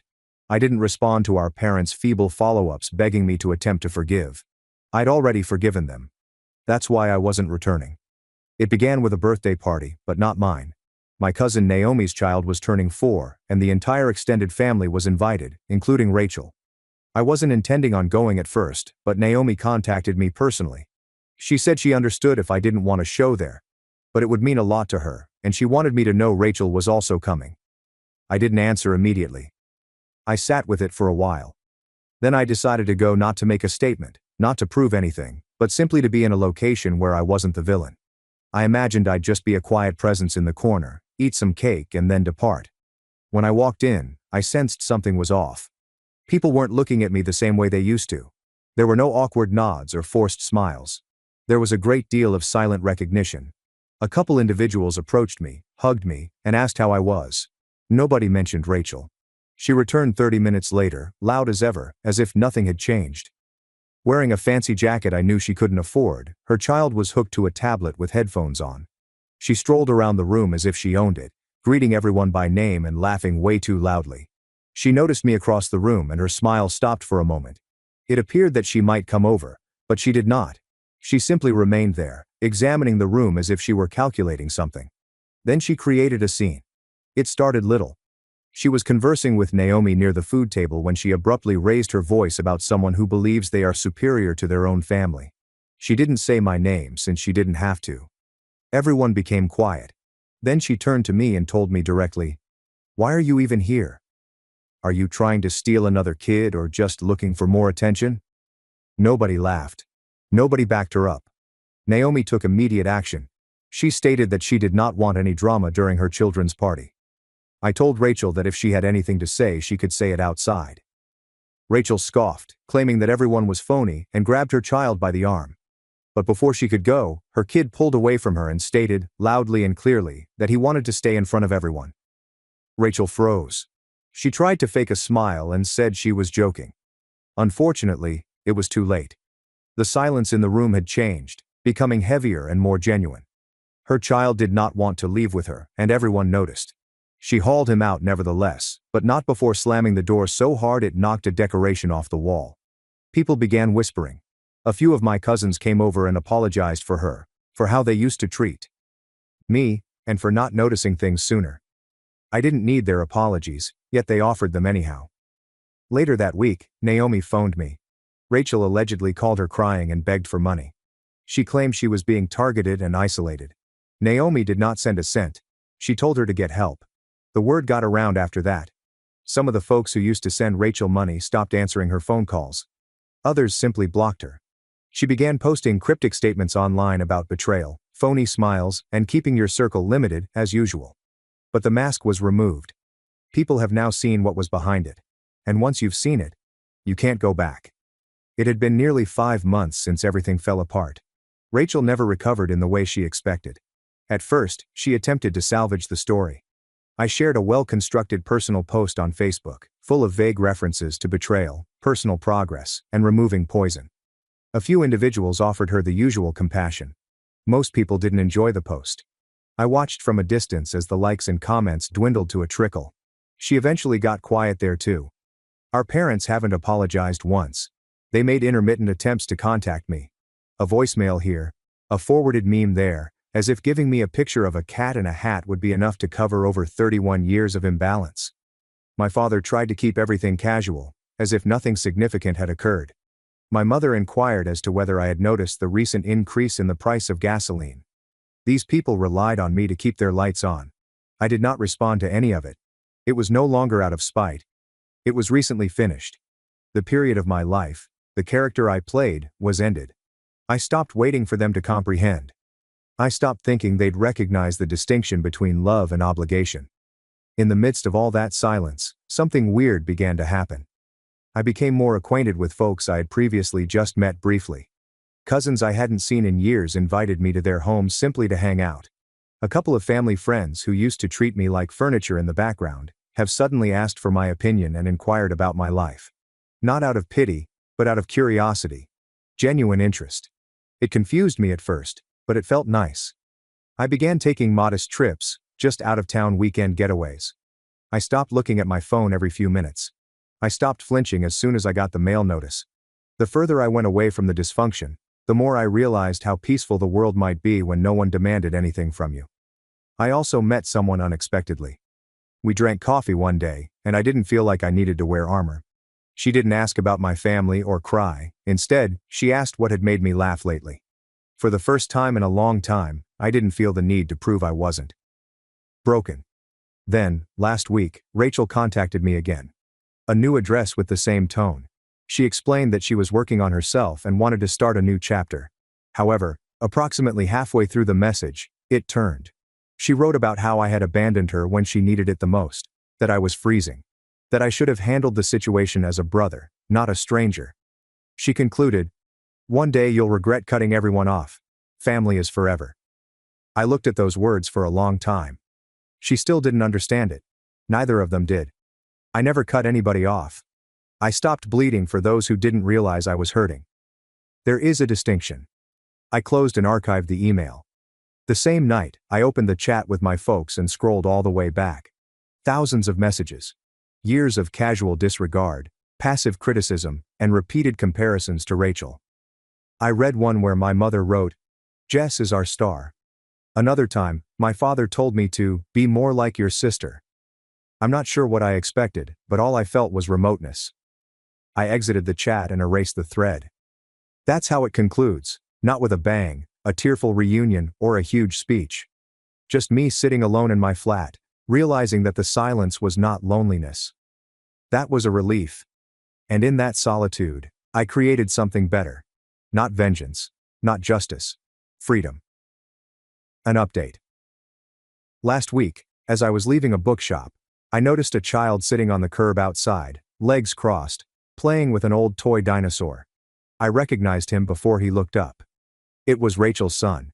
He appeared smaller and thinner than I remembered. Despite the wind, I did not wear a jacket. He was alone. I glanced around for her or anybody. Nothing. After a brief period, I crouched down and inquired as to where his mother was. He shrugged, explaining that she had gone inside the loud establishment and urged him to wait. Later I realized he was referring to the bar across the street. I wasn't sure what to do at first. He didn't appear afraid, but rather as if this was nothing out of the ordinary. I contacted the non-emergency hotline and informed them that a child was left unaccompanied outside a bar. I did not say who he was. A cop car arrived around 10 minutes later. I watched from my car. 2 cops spoke to him softly. Rachel eventually emerged, stumbling slightly and irritated, in the middle of her apology. They did not arrest her, but they did not ignore it either. The next day, I received an email from CPS. They wanted to speak with me not because I was in trouble, but because the youngster had mentioned me as the uncle who made the good food. That stayed with me. I'm meeting with them next week. I'm not sure what they will ask. I'm not sure if I want to be involved again. But maybe the child doesn't need me to fix anything. Maybe all he needs is one person who doesn't leave. My family believed my sister's lie, disowned me and let me rot. Now they want me to save them from homelessness, so I let them lose everything. Before I get into the meat of this episode, you should understand where I'm coming from. I, a 28-year-old male, grew up in what I thought was a stable family, upper-middle-class area in Chicago's suburbs. My parents appeared to have it together, at least on the surface. Dad worked as a financial advisor at a respected firm downtown, earning a solid living for our family. Mom worked part-time as a realtor, but she was more concerned with maintaining the family image, which entailed participating in every community group available and ensuring that our family looked great on Christmas cards. I was their biological son, the golden lad who did everything correctly. Straight A's without much work, naturally athletic and courteous to adults. I wasn't ideal by any means, and as a teenager, I got into a lot of problems, such as sneaking beers with friends and throwing the occasional loud party. But nothing significant. Nothing that would jeopardize the family reputation my mother fought so hard to uphold. When I was 10, they adopted Lily, a 3F at the time, because Mom had always wanted a daughter. I recall the day they brought her home, a tiny little thing with large brown eyes who had everyone wrapped around her finger in minutes. And I'll admit it, I was a bit of a jerk to her at first. Suddenly, I was no longer the center of attention. Everything revolved around Lily's first day in preschool, her dance recital, and her adorable new costume. Looking back, it was typical sibling envy, but at the moment, I felt supplanted. As we grew up, I thought we had a good sibling relationship. Nothing extraordinary, just average. We fought occasionally, but I was always looking out for her. When she was in 2nd grade, a child began yanking her hair and pushed her on the playground. I was in 9th grade at the time, and I remember walking her to elementary school one day and having a pretty clear chat with the little punk. Nobody messed with her after that. I even taught her basic self-defense techniques, such as how to throw a proper punch if absolutely necessary. I was her older brother, you know. By my senior year of college, I was crushing it. Captain of our Division II baseball club, with promising possibilities for minor league baseball. Had a 3.85 GPA in business administration and a minor in finance. I had a strong set of pals, the type of guys who would help you move or pick you up at 3 a.m. Suppose your car broke down. I spent a lot of time in the gym, and I had been lifting seriously since high school. By college, I was in the best form of my life, bench pressing 315 for repetitions, squatting 405, and deadlifting 495. Everyone strives for that V-taper, which features broad shoulders, a small waist, and noticeable abs all year. I'm not trying to sound pompous here, simply painting a picture of where I was in life. I dated a couple girls seriously throughout the years, but nothing lasted. To be honest, I was mostly thinking about my future. Dad had connections at many Chicago area investment businesses, and following graduation, I was scheduled to begin a management training program at one of the largest. My plan was simple. Graduate high school, maybe play baseball for a few more years if I had the opportunity, and then pursue a career in finance. Eventually, meet the proper girl, marry, have children, and live the American dream. That was the plan anyway. By then, Lily was 15 years old and a sophomore in high school. She developed into this artistic theater kid who was usually in a school play and overly overreacted to everything. But that's what teens are like. She has her own friends and life. When I came home from college on breaks, we'd get together for supper and catch up on usual sister stuff. Or so I thought. Looking back, there were signals I overlooked, such as her jealousy when mom and dad bragged about my baseball accomplishments, her tiny remarks about how easy I had it, and her tendency to make up intricate stories about things that happened at school that couldn't possibly be genuine. But hindsight is 20/20, right? It was a Tuesday in October during my senior year. I just concluded a terrible session in which coach worked us into the ground after we lost a weekend series to our main rivals. My legs felt like jelly, and my shoulder was sore from too many bullpen sessions. But in a nice way. Like you pushed your body to its limits, and it replied. I took a shower, dressed into pants and a hoodie, and checked my phone on the way out to my truck, which was the F-150 my parents had helped me buy for my 20th birthday. Holy 37 missed calls, 54 texts. Messages from family members and friends included phrases like, "You sick, how could you," and "You're dead." My heart began beating quickly. My first assumption was that somebody had died, either grandma or grandpa. I dialed Dad immediately. "What the hell is going on?" I inquired. When he responded, his voice was icy frigid, which I had never heard before. "Get your ass home now, don't you dare go anywhere else." Then he hung up. I stopped in the parking lot, staring at my phone, trying to figure out what was going on. I called Mom and she answered. I called my best friend from high school, who still lived near my parents, and he didn't answer either. It was as if everyone had just decided I was radioactive. I drove the 20 minutes home in a haze, my stomach in knots the entire time. NPR was on the radio, but I couldn't hear a word they were saying. When I pulled into the driveway, I saw my Uncle Mike's vehicle and several other cars. Uncle Mike, my father's younger brother and a construction contractor with a temper, had never warmed up to me. Before I could get out, Uncle Mike raced at me from the front porch, wrenched open my truck door, grabbed my shirt and pushed me against the side of the truck. "I'm going to kill you," he yelled, inches from my face. His spit touched my face, and I could smell alcohol on his breath. His eyes were wild, unlike anything I had ever seen before. I could have easily broken free. Mike was 50 and out of shape, and I was a 22-year-old athlete in my prime, but I was too stunned to respond. Dad and my other uncle Steve pushed him away from me. "Inside, now," Dad said, without looking me in the eyes. I stepped up the front stairs and entered the living room. It was packed. Mom was sitting on the couch, her eyes red and swollen from sobbing. Both sets of grandparents were present, looking dismal. Aunts, uncles, and even close family friends. And Lily, my sister, was curled up against Grandma, sobbing into her shoulder. When I walked in, the place went completely silent. Everyone stared at me with dread and disdain, which made my blood run cold. "What the hell is going on?" I shouted, scanning the room for any clues as to what was happening. Mom looked up, her face twisted with fury and loathing, which I had never seen before. "How could you? Your own sister." "What are you talking about?" I asked, seeking around for an explanation. Dad moved forward, his normally cool attitude as a financial consultant gone. He seemed to want to tear me apart with his bare hands. "Lily told us everything, about how you've been coming into her room at night, for years." The accusation struck me like a freight train. I could not breathe. The room began spinning. "What? That's insane. I never touched her." Lily was sobbing harder now. "You said no one would believe me. You said you'd hurt me if I told you. You said it was our secret." "That's..." I screamed, my amazement giving way to rage. "I've never said that. I've never done anything to her. What the hell is going on?" Uncle Mike lunged at me again, but was stopped by Dad and Uncle Steve. "My buddy's a cop. You're going to prison, you piece of sauerkraut. They're going to love you there." I attempted to explain myself and show them how ludicrous this was, but it was like talking to a stone wall. Nobody was listening.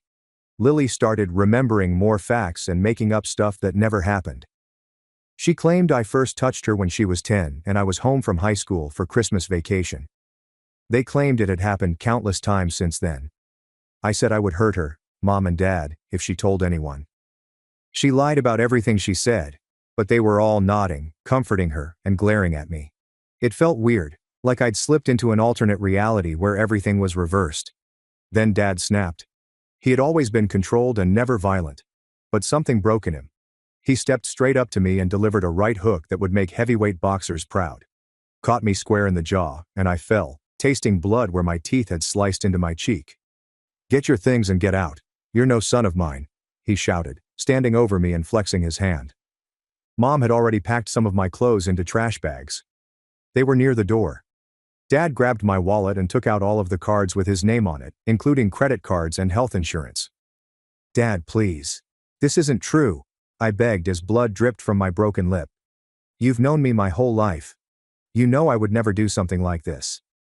He grabbed my shirt, hauled me to the door, and flung me down the front steps. I landed hard on my shoulder and felt something crack, which turned out to be a slight separation. The packages of clothing followed. Then my baseball gear. If you ever come near this family again, I'll kill you myself, he said, slamming the door. I sat on the lawn, blood on my face, shoulder hurting, and neighbors peeking through windows at the ruckus. My entire existence had just collapsed in less than an hour. That night I sat in my truck in the baseball field parking lot, trying to understand what had occurred. Couldn't sleep. I kept repeating the scenario, trying to figure out how Lily could do this, and how my parents could trust her without questioning it. By morning my jaw was swollen and purple, and my shoulder hurt so much that I could hardly move my arm. I called a teammate, Ryan, and he let me crash on his couch for a week. His roommates were not happy about it, but they tolerated me. I tried calling, texting and emailing everyone in my family, grandparents, aunts, uncles, cousins, and folks I'd known all my life. No responses, except for one message from Dad. Contact us again and I'll file a restraining order. You are no longer alive for us. Ryan tried to help. Dude, you need to go to the police. File a report about your dad hitting you. Get ahead of this thing. But I could not. Something inside of me refused to realize that this was actually happening. I kept expecting my folks would come to their senses and see how absurd it was. And honestly, I was terrified. What if Lily did not back down? What if they believed her instead of me? How would I prove in the negative that I did not do something? 2 weeks later, I received an email from the university. My tuition payment for the semester was late. My parents had canceled the midterm. I went to the financial assistance office and tried to secure an emergency loan. But without a co-signer and with little credit history, I was screwed. I had to lower the majority of my classes to part-time status so that I could work full-time to afford even that. Coach was understanding at first and allowed me to stay on the team. But I missed so many practices due to my new job as security at a bar that I seldom played. My grades plummeted. Went from dean's list to barely passing. Friends began avoiding me because stories were flying. Someone in the family told someone, who then told someone else. You know how it goes. Nobody branded me a predator in front of me, but I noticed how people looked at me. How discussions paused when I entered rooms, and how girls would move away if I sat next to them in class. 4 months later, my truck broke down. The engine block has cracked. There are thousands to repair. Could not afford it. I lost my delivery work, which I had picked up on top of the bar security gig. I was evicted from the rundown apartment I shared with 2 other guys because I couldn't afford to pay the rent. I started sleeping in the baseball team's equipment shed after Coach gave me the code. Taking a shower in the locker room. I'm eating 1 meal per day at the cafeteria with the last of my meal plan. Coach spotted me there one night in February. It was below zero outdoors, and I was dressed in 3 hoodies and a sleeping bag, using my duffel bag as a cushion. Instead of getting angry, he sat down next to me on the floor. Son, what the hell happened to you? He inquired, his tone genuine and concerned. I told him everything, the accusation, my parents' reaction, being cut off, I'm losing my truck, the apartment. He was the first person to actually hear the entire story. When I finished, he did not accuse me of lying. He did not say he believed me either. Just nodded and sat in silence for a minute. You can stay here until the end of the semester. After that, I'll help you figure something out. The following day, he brought me a space heater and a good air mattress. He started inviting me to dinner at his house once a week. His wife would always pack leftovers for me to take home. It was not much, but it was something. Someone cares. I finished the year with a 2.1 GPA and just avoided academic probation. But I was finished with baseball. The fire was out. Coach set me up with a summer job at a wilderness program for troubled kids in Colorado. It's ironic, right? However, it paid cash, gave shelter in a staff cabin, and kept me nourished. That fall, I did not return to school. Stayed in the wilderness program and became a full-time guide. Spent days hiking mountains and teaching survival skills to wealthy children whose parents had no idea what else to do with them. I rebuilt myself physically. Carrying 50-pound loads up mountains, chopping wood and erecting shelters were all physically taxing tasks. Gain 15 pounds of pure muscle in 6 months. At night, I'd get blackout drunk with the other guides. On days off, I experimented with anything I could get my hands on, including cannabis, LSD, mushrooms, and coke. Wasn't cautious. Didn't care. I was attempting to numb myself to the knowledge that my former life had vanished forever. After a guide died in a climbing mishap that I could have avoided if I hadn't been nursing a hangover, the program director approached me. "Jake, you're one of our best guides. When you're on, the kids respect you. You know you're Salman in the field. But you're a liability when you're like this. I can't have you responsible for kids' lives when you're self-destructing." I got fired the next day. I spent the next year living in my new beater car, a 1998 Honda Civic that I purchased for $1,200 cash. I worked whatever jobs I could find, including bar bouncer, event security, day labor, and construction. Any position where I could exploit my size and no one asked too many questions about my past. I avoided women entirely. I avoided families. I would literally walk out of a restaurant if a child sat too close to my table. The worry of being implicated again was crippling. I had nightmares about being in prison and other inmates finding out what I was there for. I'd wake up in a cold sweat with my heart thumping so hard that I believed I was having a heart attack. One night, I worked security at a college pub in Fort Collins. I recognized a man from my old university who had played football while I was there. He recognized me too. He began informing his friends about who I was and what I was accused of doing. By the end, they were all looking at me and making comments loud enough for me to hear. "Predator. Sick. Someone should teach him a lesson." I tried to ignore it. I did my job. At 2 a.m., I escorted the remaining guests out and was walking to my car when I jumped into the parking lot. 3 guys from earlier, they had been waiting. They called me a pedophile and a predator. They said they'd make sure I couldn't hurt anyone else. I fought back. Landed some solid punches. Definitely broke one of the guys' noses.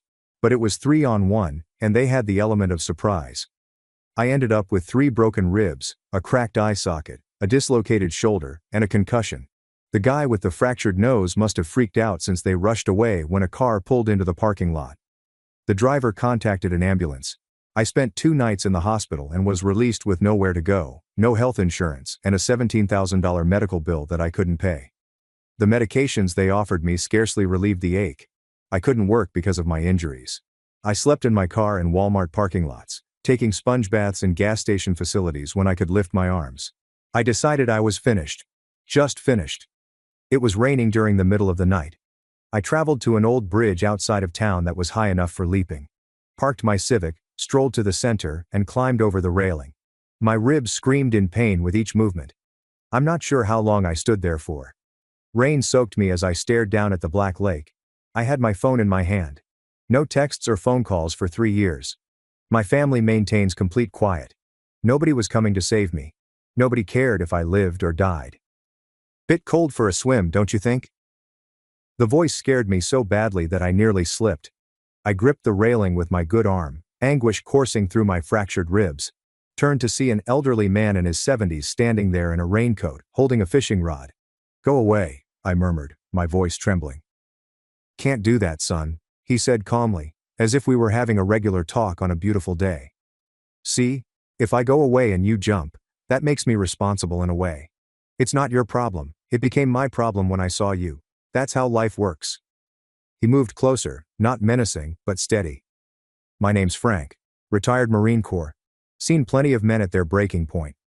You want to tell me what's got you standing on the wrong side of this railing? You wouldn't understand. Try me."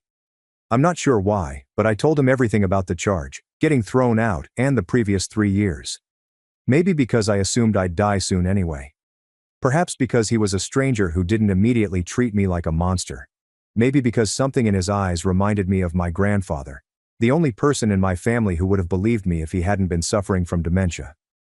When I finished, he simply nodded, just like my previous coach did. Then he said something that I will never forget. "Son, you've been carrying this alone long enough. Put down the weight for one night.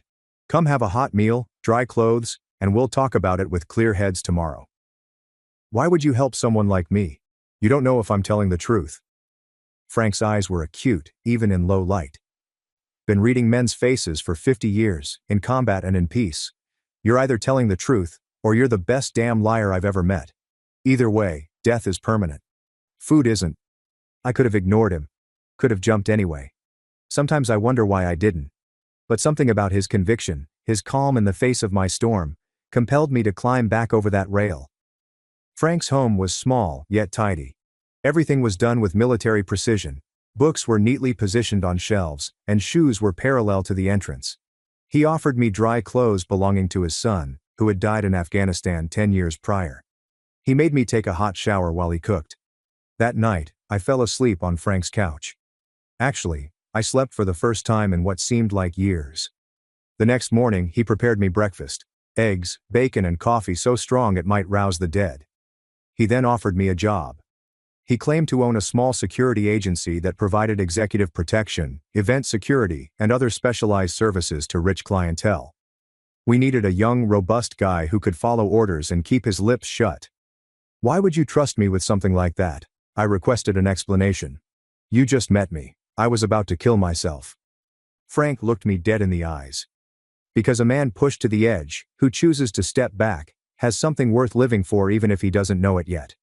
And because if you screw me over, I know exactly how to find you." For the next 6 months I resided in Frank's guest room while working for his company. He was a hard ass at 5 a.m., workouts, tight regulations, and no alcohol on work nights. Made me go to the doctor for my injuries. He paid the bills himself, stating I'd repay him once I got back on my feet. But he was fair. They paid me generously. They taught me about finance, investing, how to dress and interact with clients, and how to be professional again. He also insisted that I see a therapist, an old Vietnam vet pal of his who specializes in PTSD. I resisted at first, but Frank would not take no for an answer.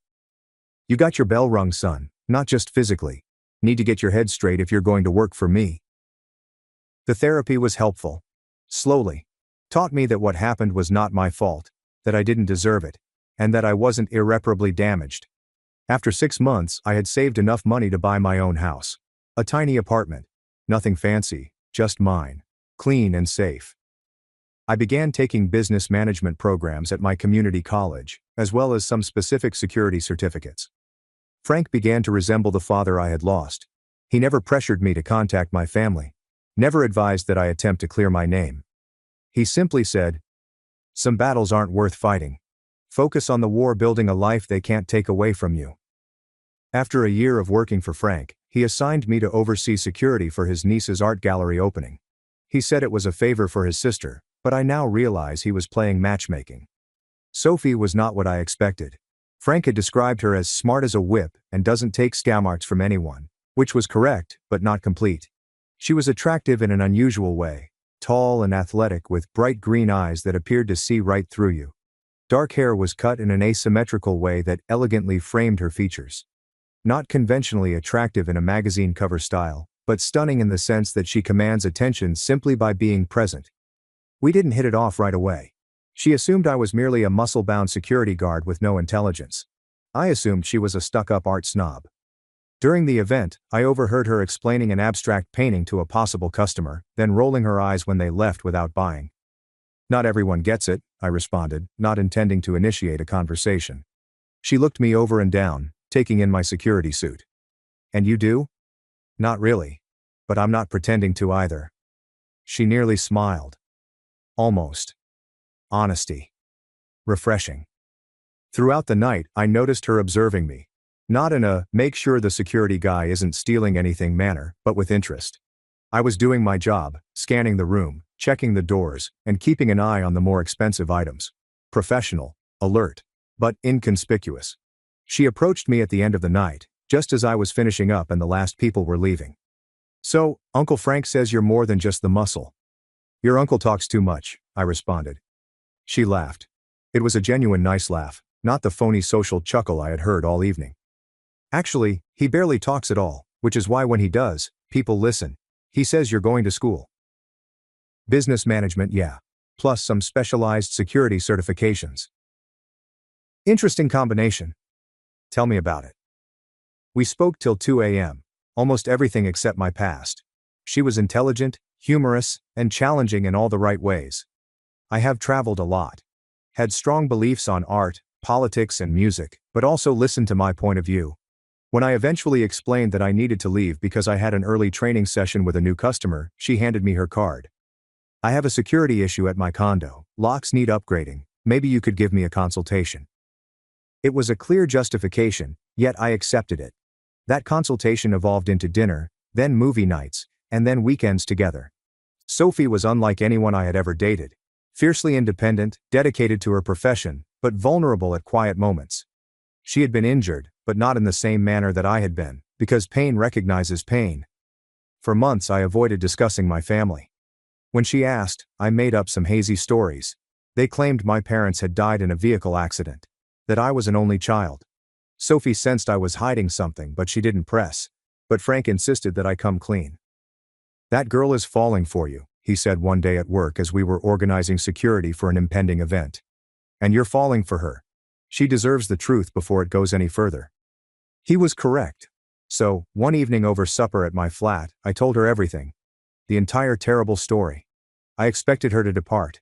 To look at me differently, to suspect that Lily hadn't been lying. Instead, she held my hand across the table and said, "Thank you for trusting me, I believe you." Except for Frank. No one else had said these 3 words to me. I broke down at the dinner table, sobbing like a child. She simply hugged me, and allowed me to express myself completely. 2 years after we met, I proposed.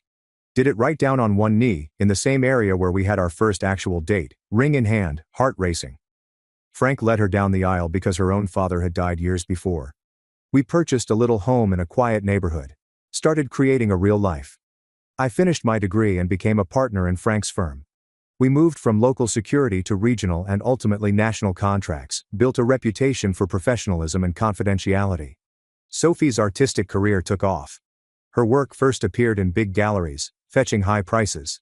We talked about starting a family. I was finally happy. Finally at ease. Nightmares were less frequent. I could be near youngsters without panicking. I even reunited with a couple old college pals who contacted out after hearing pieces of the true story from common acquaintances. My past life felt distant, like if it had happened to someone else. I still think about my family. I wondered if they had ever doubted Lily's account. If they ever regretted what they did. But I had accepted that chapter as closed. I had a new family now, individuals who picked and supported me. That was sufficient. Or so I thought. It was a random Tuesday in March. I was in my office studying security protocols for an upcoming client event with a billionaire tech CEO who was visiting for a conference and needed discreet security. My assistant buzzed me on the intercom. "Sir, you have a call on line 1. Woman wouldn't give her name but says it's a family emergency." My first thought was Sophie, or Frank. Put her through. I took up the receiver. "Hello, this is Jake," is definitely not my true name. Silence. Then a sob. "Jake, it's Mom." My body became frigid. I hadn't heard her voice in 7 years. I wanted to hang up. I wanted to shout. Instead, I just said, "What do you want?" "Please don't hang up," she begged. "We need to talk to you. It's important." "We haven't spoken in 7 years. Nothing could be that important." My voice sounded icy. Lily confessed. She lied about everything. She made it all up. The world came to a stop. 7 years of suffering. I'm talking about starting over. About dreams, panic attacks, and therapy. All due to a falsehood. I knew it was a lie, but hearing her acknowledge it. "Jake, are you there?" I hung up. I walked out of the office. I told my assistant to cancel my meetings and drove to Frank's house. After I told him, he simply nodded and said, "What do you want to do?" "I don't know." "Yes, you do. You just don't know if it's the right thing." He was correct. Part of me wished to ignore them. Keep them out of my life permanently. Another segment required answers. I needed to hear the truth spoken directly to my face. Sophie felt the same way when I told her that night. "You need closure," she explained. "But whatever you decide, I'm with you. And Jake, this doesn't change anything between us. I'm still here, no matter what." For 2 weeks I ignored the calls and texts that began to come in from Mom, Dad, and even relatives who had cut me off years before. I talked it out with my therapist. Yes, I've got one. Not embarrassed to confess it. Finally I knew I had to confront them, only on my terms. I texted my mother, a public place. Coffee shop on Main Street. Sunday. 2 p.m. "It's just you. Dad, and Lily. I'll have folks with me. Only one chance. Sunday came. Frank insisted on coming as backup. Sophie was by my side, holding my hand so tightly that it almost ached. We arrived early. I took a table in the corner so that I could see all of the entrances and exits, an old security habit that never goes away. My stomach was knotted. Part of me still expected them not to appear, or that this was some sophisticated ruse. Sophie continued to check on me, her eyes filled with anxiety. We can leave any time, okay? Just say the word. They came precisely at 2 o'clock. Mom seemed older than I remembered. Hair is grayer than brown now, and the face is creased with worry. Dad had lost so much weight that he appeared emaciated.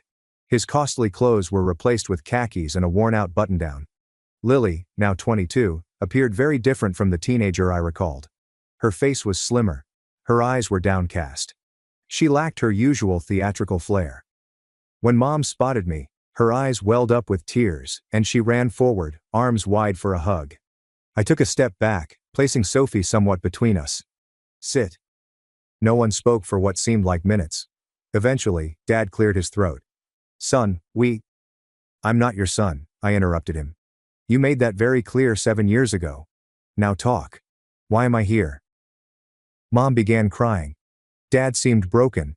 Lily was still staring at the floor. 3 months ago, Dad said, his voice tight. Lily called a family meeting. She said that she had lied about everything. I looked at Lily. Look at me. Slowly, she raised her eyes, which were crimson from crying. Why? My voice didn't sound like mine. She drew a hesitant breath. I was jealous. You were a perfect son. Everyone adored you as a star athlete and astute thinker. Mom and Dad gave you everything. I wanted them to love me more and pay attention to me. So you accused me of something that could have landed me in prison? Destroyed my whole life? The anger that I thought I had dealt with years ago returned. I didn't think it would go that far, she muttered. I figured they'd simply be furious with you and possibly ground you. But then everyone began asking questions, and I couldn't take it back. And then it just kept going. Everyone was extremely sweet to me, giving me things and making me feel special. I wasn't sure how to stop it. And you too?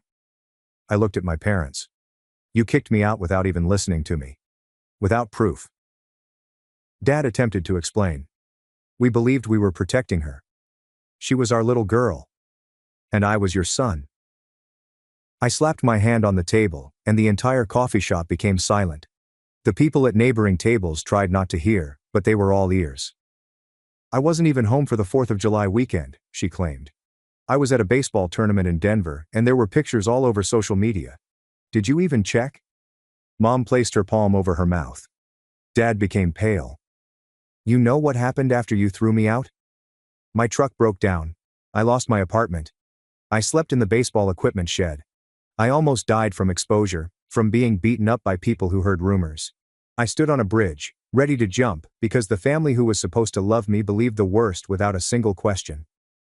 I took out my phone. I showed them images of myself with a black eye and a split lip from the bar brawl, me appearing gaunt during my homeless period, and my hospital documents from the beating. I was your son.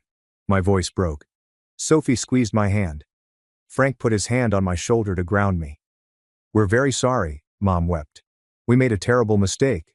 We want to make it right. Make it right? I chuckled, but it wasn't funny. How exactly do you plan to do that? Give me back 7 years of my life? Erase the nightmares?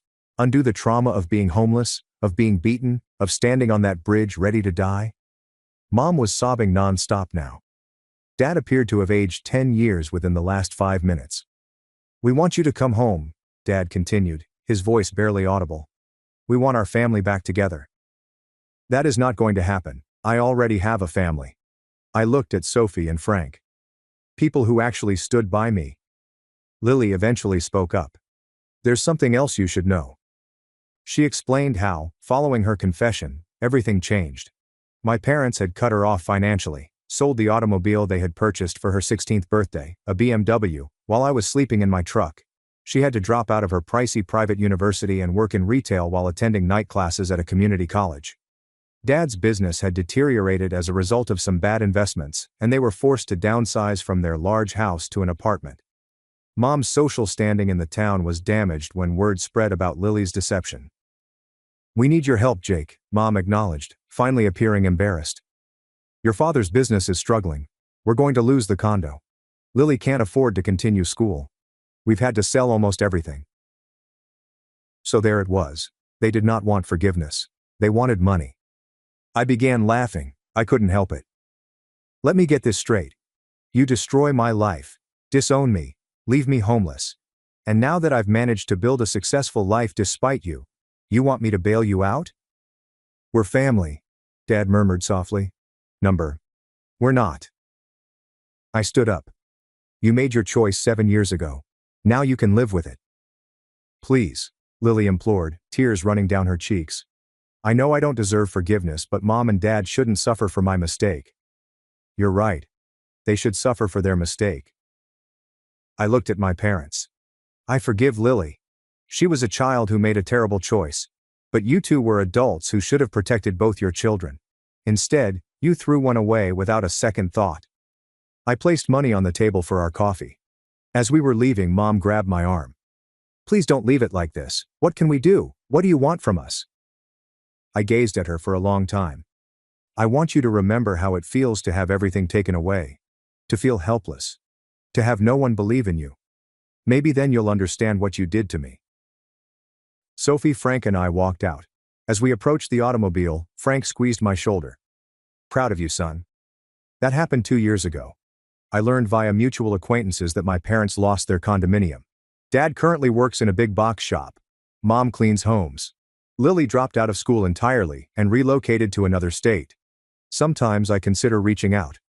Sophie says that would be the final step in my healing forgiveness, not for their benefit, but for my own. Frank says it's my decision, and he'll support me anyway. For the time being, my primary focus is on my own family. Sophie is pregnant with our first child. We are expanding the security firm to 3 more states. Create something real that cannot be taken away. Edit 2. To answer some popular questions, yes, I contemplated filing charges against Lily for false claims, but the statute of limitations in my state has expired. No, I don't feel horrible about not supporting my parents financially. They made the bed. And, yeah, Sophie is doing well with her pregnancy, thanks for asking. Edit number 3. Many of you think I should aid Lily because she was only a child when this happened. Maybe you are right. But she was 15, not 5 years old enough to understand what she was doing. She let me suffer for 7 years before coming clean. That being said, I might contact her someday, simply not ready yet. Edit 4. For those wondering if I'll let my parents meet their grandchild, I honestly don't know. Will they be in the delivery room? Absolutely not. Will they ever babysit? Hell no. But maybe supervised visits eventually, when I'm confident they won't poison my child against me with further falsehoods, and only if they have significant therapy and accept full responsibility. Edit 5. Some are calling this report a hoax. Whatever, believe in everything you want. Why would I make something up? I came here to process and perhaps help others who have been wrongly accused, not for internet points. Edit 6. Thank you to everyone who shared their comparable experiences in the comments. It helps knowing that I'm not alone in this. And to the person who asked why I don't hate all women anymore. I'm not an incel who believes that one person's acts define the entire gender.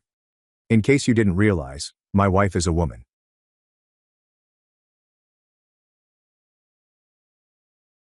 My family starved me to marry me off. I escaped. They erased me. Then his first wife crashed court and revealed a secret that shocked everyone. In my family, girls were married the minute they had their first period. It didn't matter whether you were 12, 13, or 14. The blood indicated that you were ready for a husband at least 3 times your age. I grew up with this idea, so it didn't seem so bad, until I was 11. Because that's when I witnessed my cousin Mayam being promised to a 43-year-old man only 3 days after her first period.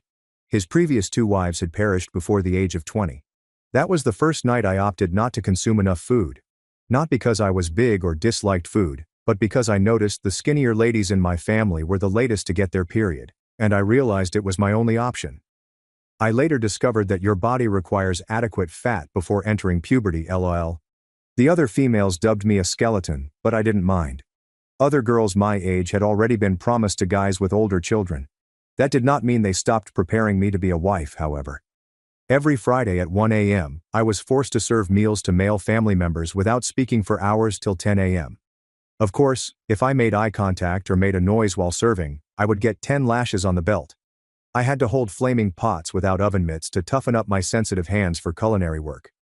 Every night, my mother applied skin whitening cream to my face so that I might look beautiful. And, aside from the secret starving, I was the ideal daughter. I played the act without complaint and constantly expressed my excitement about having children. But when I was 14 and still hadn't had a period, I discovered something that altered everything. For reference, we were in the United States the entire time, LOL.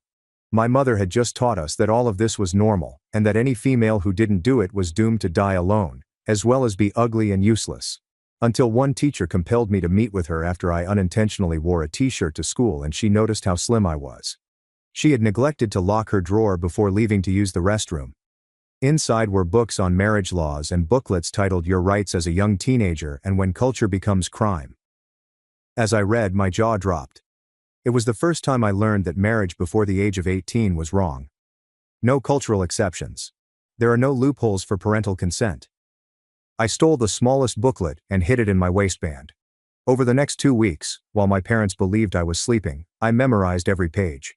Phone numbers for CPS, shelter addresses, and the specific words that would result in a mandated report. I learned that teachers, counselors, and doctors are required by law to report suspected abuse. So I organized a wife skills club in my uncle's tool shed. 6 younger relatives who had not yet bled were all trying to avoid their fate. There, I told them what I'd learned, which instructors were mandatory reporters, and how to say the words that would spark an investigation. We practiced in whispers. They're forcing me to marry, I'm only 13, please help. And at 15, my body betrayed me. During the early food prep, blood soaked through my white dress. My mother's shout of excitement sent every woman in the house racing. They were virtually smiling with happiness. Kissed my cheeks. They told me I was lucky. By evening, my father had already chosen my spouse, Hamuda Bibi, a construction magnate who had buried 2 of his wives when they turned 23.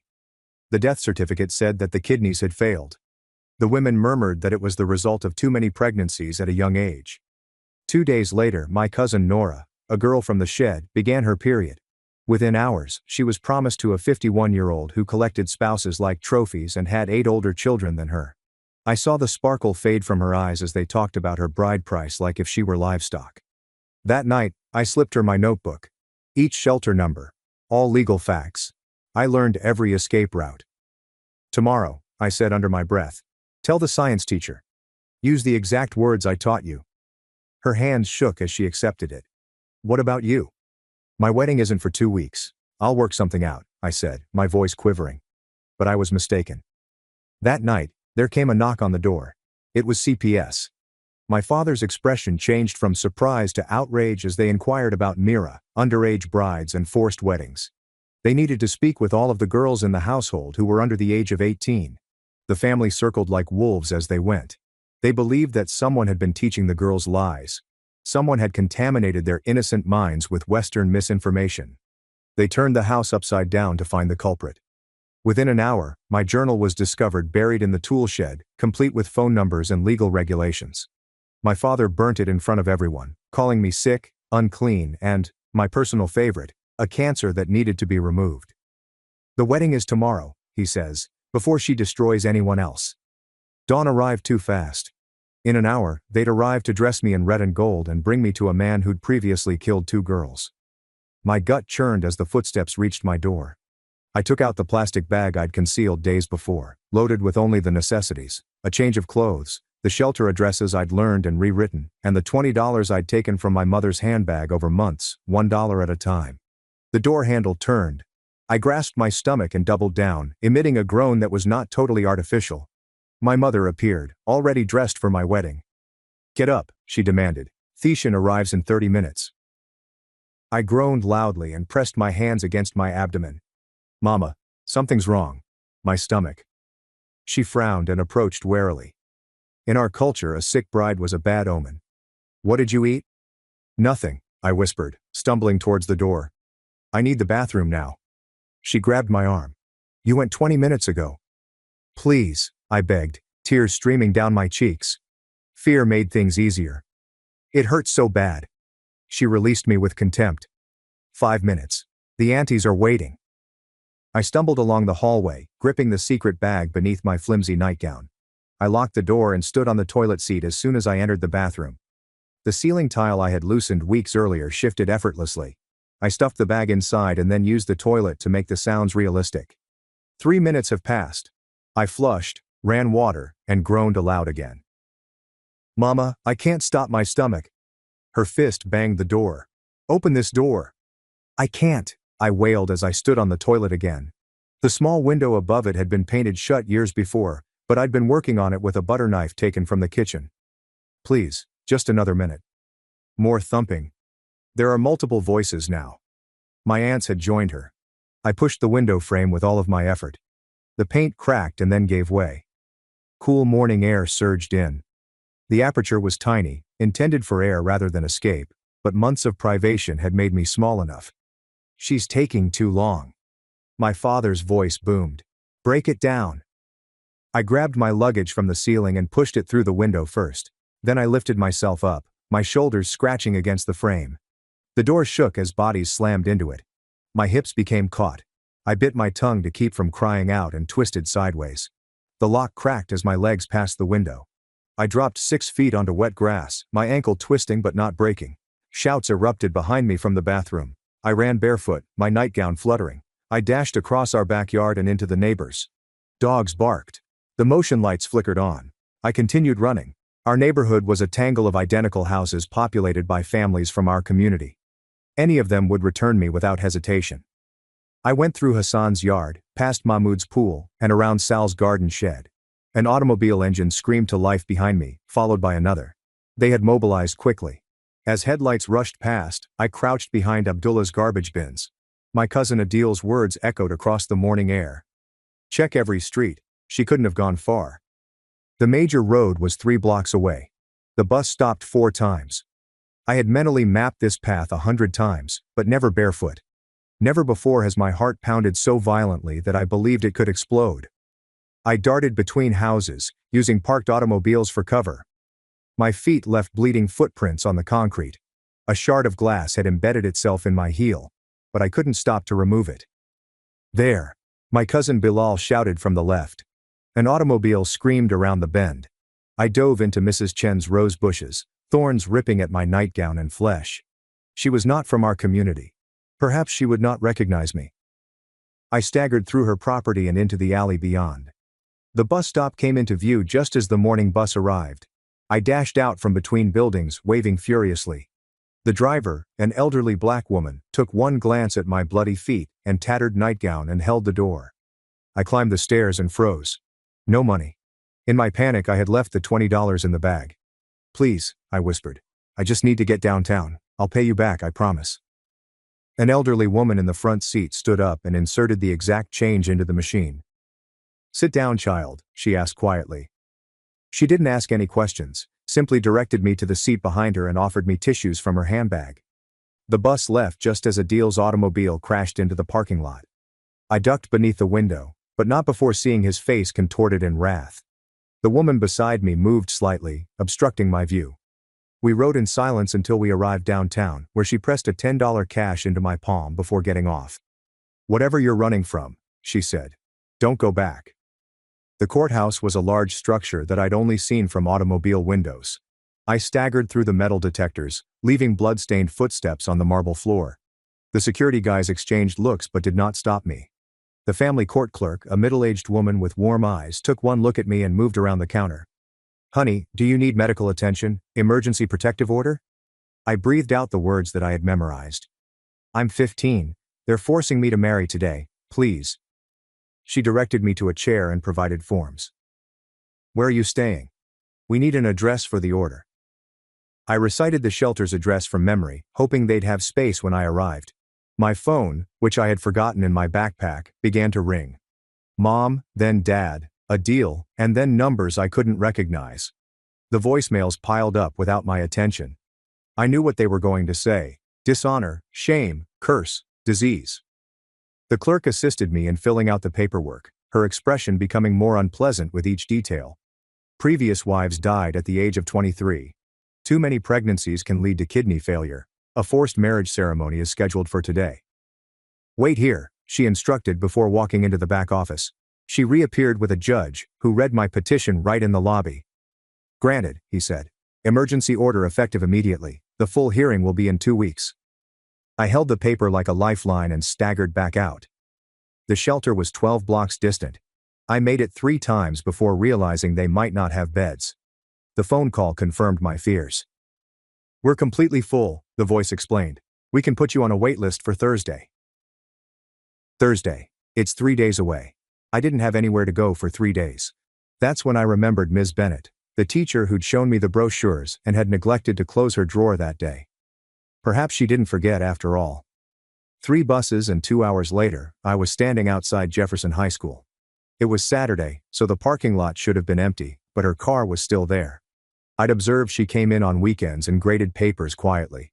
I discovered her in her classroom, red pen in hand, and a stack of essays beside her. She looked up and dropped her pen. Oh my God. She was around the desk in seconds, inspecting my bloody feet, torn nightgown, and protection order clasped in my grasp. Sit. Don't move. She returned with the school nurse's first aid bag and began to wipe my feet. Only then did I begin crying. This time, there are real tears, not the ones from the restroom. They were going to make me marry him today, I whispered. The unlived 2 wives already. I got the order, but the shelter's full, and I have nowhere to go, and they're looking for me. She took out her phone. CPS emergency line. They have to place you somewhere safe. However, the voice on the other end was not encouraging. 15? We need more evidence of immediate danger. A protective order based on claims isn't enough. Has she been physically harmed? Ms. Bennett's expression darkened. She has glass in her feet from running barefoot. She's covered in cuts. Self-inflicted during escape doesn't count. We need evidence of abuse from the family. The phone rang again. This time Ms. Bennett answered it. Hello? Her face turned pallid. Mr. Habibi? No, your daughter isn't. What? No, she's. I heard my father's voice via the speaker, calm and sensible. His business voice, which he used to persuade others he was a decent man. She's sick, he said. Mental problems. She needs her medication. We're very worried. Ms. Bennett hung up. How did he know you were here? My phone. Of course. They were following my location. Delete everything, she replied. Factory reset. Now. As I wiped my phone, she made additional calls. CPS supervisors, social workers, and legal aid. They all stated the same thing. Without urgent physical risk or greater evidence, their hands were constrained. That's when we heard automobile doors slam in the parking lot. Miss Bennett closed the classroom door and shut the blinds. Stay quiet. Footsteps resonated through the hallway. Multiple sets. Male voices speak Arabic, then English. We know she's here, my father announced. Her phone showed this location. She's sick. She needs help. They tested the door handle, knocked nicely first, then harder. I'm calling 911, Miss Bennett said quietly, but I grasped her hand. Wait, let me try something first. I rolled up my sleeves to show her the circular scars from marijuana training, the bruises from this morning's struggle, when my mother attempted to force me into the wedding gown. I then lowered my nightgown just enough to reveal the belt markings on my back from years of Friday morning service training. Her hands shook as she shot photos on her phone. Why didn't you show anyone before? I thought it was normal, I said softly. Until I read your pamphlets. She dialed 911. There are multiple men trying to break into my classroom. I have a student with me who's in danger. Please hurry. The beating on the door increased. Then, my uncle's voice. We have her medication. She's bipolar, schizophrenic. She makes up stories. Check the parking lot cameras, I advised Miss Bennett quickly. I came alone. If they have medication, they bring it with them. She called the school's security office and quickly explained. Mr. Williams, the security guard, stated that he was pulling up the film. Police sirens sounded in the distance.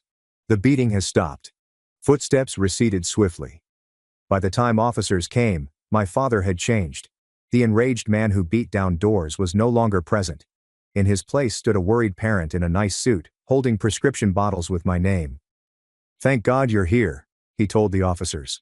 "My daughter is very sick. She has delusions. Make up terrible stories about our family." Officers separated us for questioning. One stayed with me and Ms. Bennett, while 2 others talked to my father and uncles in the corridor. "She's never been on medication," Ms. Bennett maintained.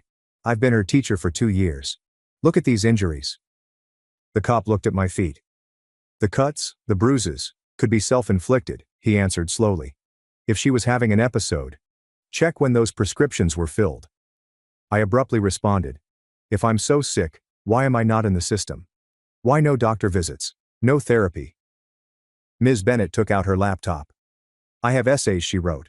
Months of them, about family traditions, cultural expectations. They document everything, subtly." She had kept them. Every piece in which I hid truths between the lines. Writing about traditional culinary lessons entailed burning my hands. I described preparing for marriage as beatings for making eye contact. The officer perused them, frowning more deeply with each page. Meanwhile, Mr. Williams arrived carrying surveillance footage on his phone. It clearly showed my father and uncles arriving with the prescription bottles in hand. "Mira," I exclaimed quickly. "Call Nora Mansour. She made a report yesterday. She knows everything." But when Ms. Bennett looked for Nora's family, she discovered they had relocated out of state that morning. "No forwarding address. The phone is disconnected." My father must have sensed the tide turning because his placid demeanor shattered. He started speaking quickly in Arabic to my uncles, waving aggressively. "What's he saying?" the officer inquired. "He's telling them to call the family lawyer," I said, "and saying something about the dowry being non-refundable." That was his mistake, announcing the dowry. The officer's expression tightened. "Sir, what dowry?" My father's face became still. I misspoke. My English. "Your English seemed fine 5 minutes ago," the officer said. The following hour blurred together. More cops arrived. A CPS emergency supervisor, someone from the DA's office. My father wavered between threats of lawsuit and pleadings for family honor. My uncles claimed religious freedom and parenting rights. But the evidence was piling. The essays, the injuries, fake prescriptions, security footage. I'd filed an emergency protection order that morning. "She's a minor who's made credible allegations of abuse and forced marriage," the CPS supervisor finally declared. "We're placing her in emergency protective custody." My father erupted. He came at me, shouting in Arabic about dishonor and curses. 2 cops restrained him while he made threats about what happened to girls who betrayed their parents. Ms. Bennett took my hand as they led him away. The emergency placement coordinator arrived in just 20 minutes. Susan, a tired-looking woman who had clearly been pulled away from her weekend. She took one glance at my feet and instantly requested medical transport. "We need to get those cuts cleaned properly," she added, guiding me into a wheelchair. "The glass needs to come out before infection sets in." Ms. Bennett squeezed my shoulder. "I'll follow you to the hospital. You're not alone." The emergency room was in chaos. On Saturday afternoon, sports injuries and accidents filled every bed. A nurse swiftly triaged me, noticing the glass stuck in my heel and the multiple injuries that required treatment. Susan made phone calls while working, hoping to locate work. "Yes, I understand you're full," she said into the phone. "This is an emergency removal, cultural marriage situation. No, she can't go to regular foster care. Yes, she needs specialized placement." Each call concluded with the same message: no beds, no space, and no availability for high-risk cultural cases. Ms. Bennett paced the small curtained area. "There has to be somewhere. What about safe houses, women's shelters?" "All full," Susan groaned. "Weekend placements are always difficult in cases like this," she said, lowering her voice. "Families often try to retrieve the girls. We need somewhere secure." The doctor arrived to remove the glass, administering a local anesthetic before beginning the delicate procedure. I bit my lip, more out of panic than pain. Every minute without a placement meant an extra minute for my family to find me. "Wait," Ms. Bennett interrupted abruptly. "I know someone, a retired nurse who used to work with the district. She's done emergency placements before." Susan perked up. "Is she certified?" "Let me call." Ms. Bennett stepped outside and returned minutes later with a tiny smile. "Ellis Whitman. She's certified for emergency placement and has experience with cultural transition cases. She can take her tonight." As Susan started filling out the paperwork, I felt a surge of relief. The doctor completed bandaging my feet and prescribed medications to avoid infection. As we were about to leave, my phone buzzed with a text from an unknown number. "You have dishonored us all. This is not over." I presented it to Susan, and she instantly documented it. "We'll need to change your number, and you'll need to be careful about social media. Anyway, they might track you." The journey to Ellis's residence took 40 minutes, passing through strange communities distant from my own. Ms. Bennett followed in her car and refused to leave until she was certain I was secure. The house was modest but well maintained, with security cameras visible around every angle and a towering fence around the land. Ellis greeted us at the door, a strong woman in her 60s with piercing eyes and loving hands. She examined my bandaged feet and tired face with the trained eye of a nurse. "Come in, dear, let's get you settled." The interior was warm and inviting, in stark contrast to the chilly marble and gold fittings in my family home. She led me into a little bedroom with a lock on the inside of the door. "For your peace of mind," she replied simply. "The windows have alarms, and I have motion sensors around the property. You're safe here." Susan finished the paperwork, and Ms. Bennett assisted me in unpacking my little items. Before leaving, my teacher placed a card in my hand. "My personal number. Call anytime, day or night." That first night I hardly slept. Every passing car made me anxious. Every shadow may represent an uncle or cousin attempting to bring me back. Ellis discovered me sitting by the window at 3 a.m., watching the street. "They came for the last girl too," she added calmly, sinking onto the chair next to me. 3 brothers and a father stood right at that gate, demanding I return their property. She smiled grimly. "The police response time to this address is under 2 minutes. I made sure of that." Sunday passed in a whirl of safety preparations. Ellis assisted me in setting up a new phone with a number known only to her, Susan, and Ms. Bennett. We talked over situations including what to do if someone approached me, how to change my routes, and which neighbors I could trust in an emergency. "Tomorrow we'll need to register you for school in this district," she told me. "Under a protective order, you can't return to Jefferson High."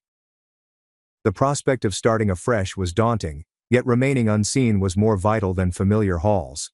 Monday morning marked the first test.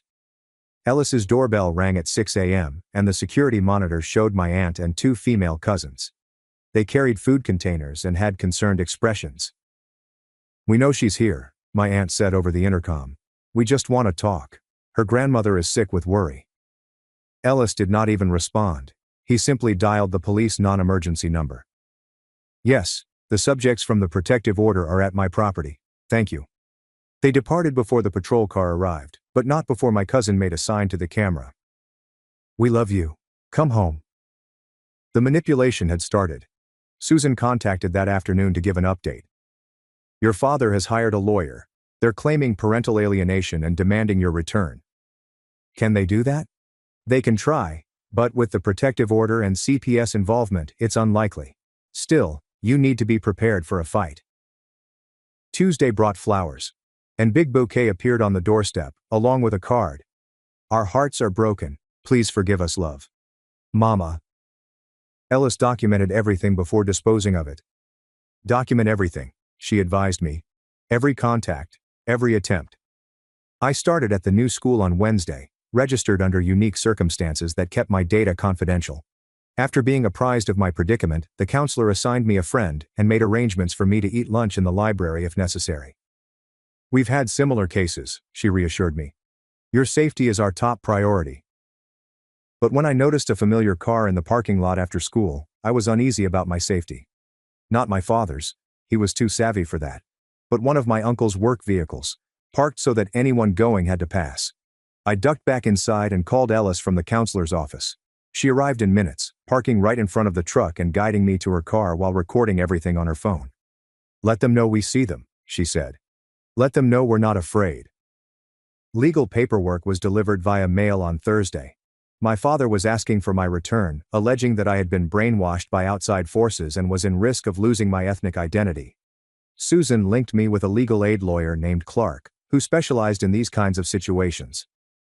"Standard tactics," Clark stated, reviewing the files.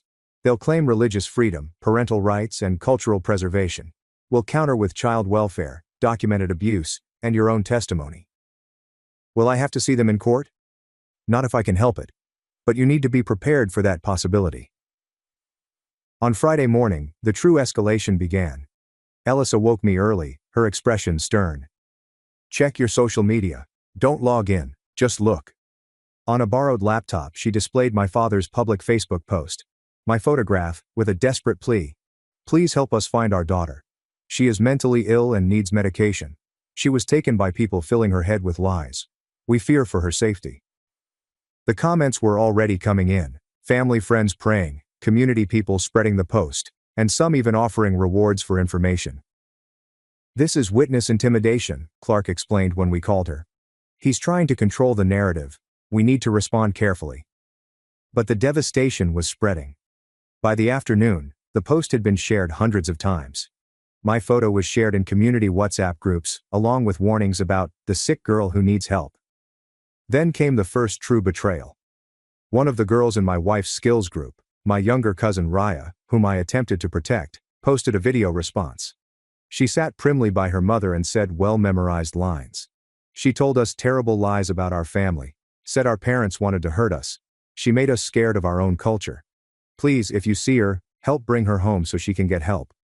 My heart shattered as I watched her empty eyes and realized how much strain she must have been under to record those remarks. Ellis held me as I cried. They're using everything you love against you, but that doesn't make what you did wrong. Saturday brought a surprise guest. The doorbell camera captured a young woman I didn't recognize holding an envelope. I'm from the law office, she said. I have documents for the minor child. Ellis was suspicious. Leave them in the mailbox. I'll retrieve them. But as the woman turned to go, I saw her profile and gasped. It was my cousin Hannah, 3 years older than me, dressed in a wig and work attire. Don't go out there, Ellis said. But I was already by the window. Hannah looked up, meeting my gaze. For a brief time, her mask slipped, and I saw tears. Then she collected herself, slipped the envelope into the mailbox and walked away quickly. The envelope included photographs. My granny looks frail. My younger sister at her birthday party. My chair is noticeably empty. My mother is crying while preparing my favorite food. Each image is carefully selected to increase guilt, but the last photograph made my blood run cold. Dina was returned from wherever she had been hidden. She stood between her parents, wearing an engagement ring, her eyes closed. On the back, somebody has written, "She came home, she's happy now, you could be too." They brought her back, I muttered. They're going to make her marry him anyway. Clark cursed as we called her. This complicates things. If Dina recants her statement, she won't, I replied firmly. Look at her eyes.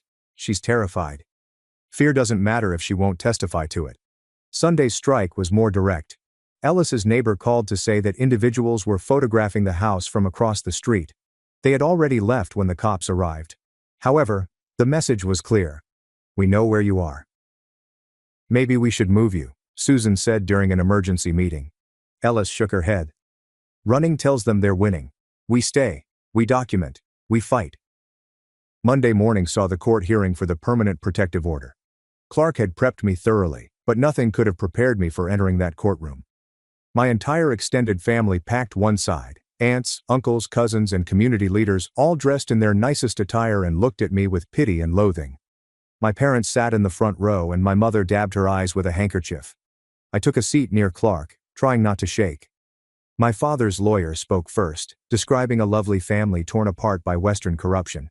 He produced character witnesses, the imam of our mosque, family friends, and even my former pediatrician, who testified that I had never displayed signs of mistreatment during checks. Because I was never allowed to be alone with him, I confessed to Clark. My mother always answered for me. When it was our turn to deliver the evidence, Clark did it meticulously. Photos of my injuries. The articles describe years of preparation for forced marriage. Security footage shows my father arriving with bogus medications. She then called Miss Bennett to testify. My teacher stood calmly, although her hands shook slightly. She mentioned catching me reading the brochures, my weight reduction over time, and the essays that had troubled her. Did you ever report these concerns? My father's lawyer inquired during cross-examination. I tried to build trust first. I thought if she felt safe. So you didn't report? You didn't follow mandatory reporting laws? I reported when I had concrete evidence. After allegedly influencing her with anti-cultural propaganda, Clark complained. But the harm had been done. They were portraying Ms. Bennett as the manipulator, the person who had planted these beliefs. When it came my turn to testify, Clark directed me to concentrate on the facts, the burn scars, the beatings, the men my cousins had been promised, Hamoud Habibi's deceased wives. These are serious allegations, the judge stated. Do you have proof of these deaths? The death certificates are public record, Clark explained. Both women died of kidney failure before age 23. Both had multiple pregnancies. My father's lawyer stood up. Kidney failure is a medical condition, unless you're alleging my client murdered these women. I'm alleging a pattern, Clark responded. Young brides, multiple pregnancies, early deaths, and now they want to give him another child to... Objection, my father's lawyer exclaimed. Counsel is making inflammatory statements without evidence. The judge demanded order, but I could sense hesitation in his expression. Without Dina's testimony, and without clear evidence of forced marriage beyond my word. That is when the courtroom doors opened. A woman arrived, followed by a CPS employee. She was young, perhaps 25, wearing a headscarf and walked with a slight limp. Your Honor, the CPS official explained, this witness has information relevant to the case. My father became stiff. My mother gave a gasp. The woman mounted the stand, introducing herself as Layla Habibi. I was Hamoud Habibi's first wife, she explained quietly. I didn't die. The courtroom exploded. My father's lawyer objected vehemently, and my family murmured furiously among themselves. I was 15 when I married him, Layla explained once the order was restored. By 20, I'd had 4 children, and my kidneys were failing. My family told everyone I died, but a nurse at the hospital helped me escape. I've been hiding for 5 years. She stared at me directly. When I saw the Facebook posts about you, I knew I had to come forward. I couldn't let him do to another girl what he did to me. Her story was heartbreaking. The pregnancies that were too close together, the beatings when she couldn't conceive quickly enough, and the way her family knew but placed reputation over her health.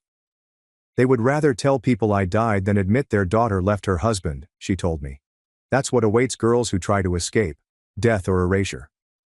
My father's lawyer attempted to discredit her, but she had produced medical records, proof of her injuries, documentation of her kidney damage from several pregnancies, and even images of the phony cemetery her family had dug. When the court eventually issued his ruling, it was clear, the protective order would be permanent. My parents would not be in contact. Any infraction would lead to criminal proceedings. My father stood as we prepared to go. You are no daughter of mine, he said in Arabic. You are dead to us. Sit down, sir, the judge cautioned. But my mother was also standing, removing her headscarf in an act of ultimate rejection. We don't have a daughter, she stated. She died today. Walking out of that courtroom felt like walking through flames. Family members turned away as I passed. Some spat on the ground, while others cursed. But Layla softly grabbed my arm. You're not alone, she said. There are more of us than they want to admit. Outside, Ellis waited with the car running.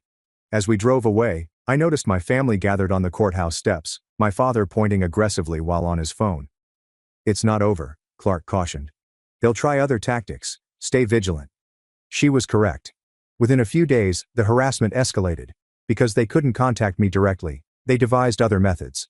My previously inactive social media accounts were hacked and revived, with posts concerning mental illness and pleas for assistance. Photos of me were modified to appear unstable and widely circulated. Ellis's regular shopping destinations began refusing her service. We don't want any trouble, one shopkeeper apologized. Your foster girl, her family is powerful.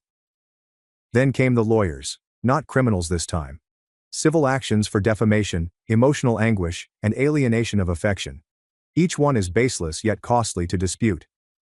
They're trying to bankrupt us into submission, Clark added. It's a common tactic. But the worst came from the other gals. Videos began to appear online, showing relatives and family friends telling how I had contaminated them with hazardous views. Each testimony was meticulously constructed to portray me as a predator who targeted young females. She told us our parents wanted to sell us, one cousin stated to the camera. Made us afraid of our own families. I noticed the coaching in their stiff speech and the terror in their eyes. These were girls I had tried to help who were now being used as weapons against me. Ellis enhanced security after we discovered tracks in the lawn one morning. The police were unable to provide any evidence, but we knew someone had been watching the house. Maybe you should consider the witness protection program, Susan said during an especially terrible week. But I thought about Layla, who had been hidden for 5 years, among all the other girls still confined. Running meant leaving them. No, I concluded. I stay, I fight. I show them it's possible. The next challenge came from an unexpected source. A woman approached Ellis's home, claiming to be from a cultural mediation organization. We specialize in family reconciliation, she explained effortlessly. Perhaps we could arrange a supervised meeting. Ellis closed the door in her face, but the woman left brochures about the horror of cultural isolation and the need for family unity.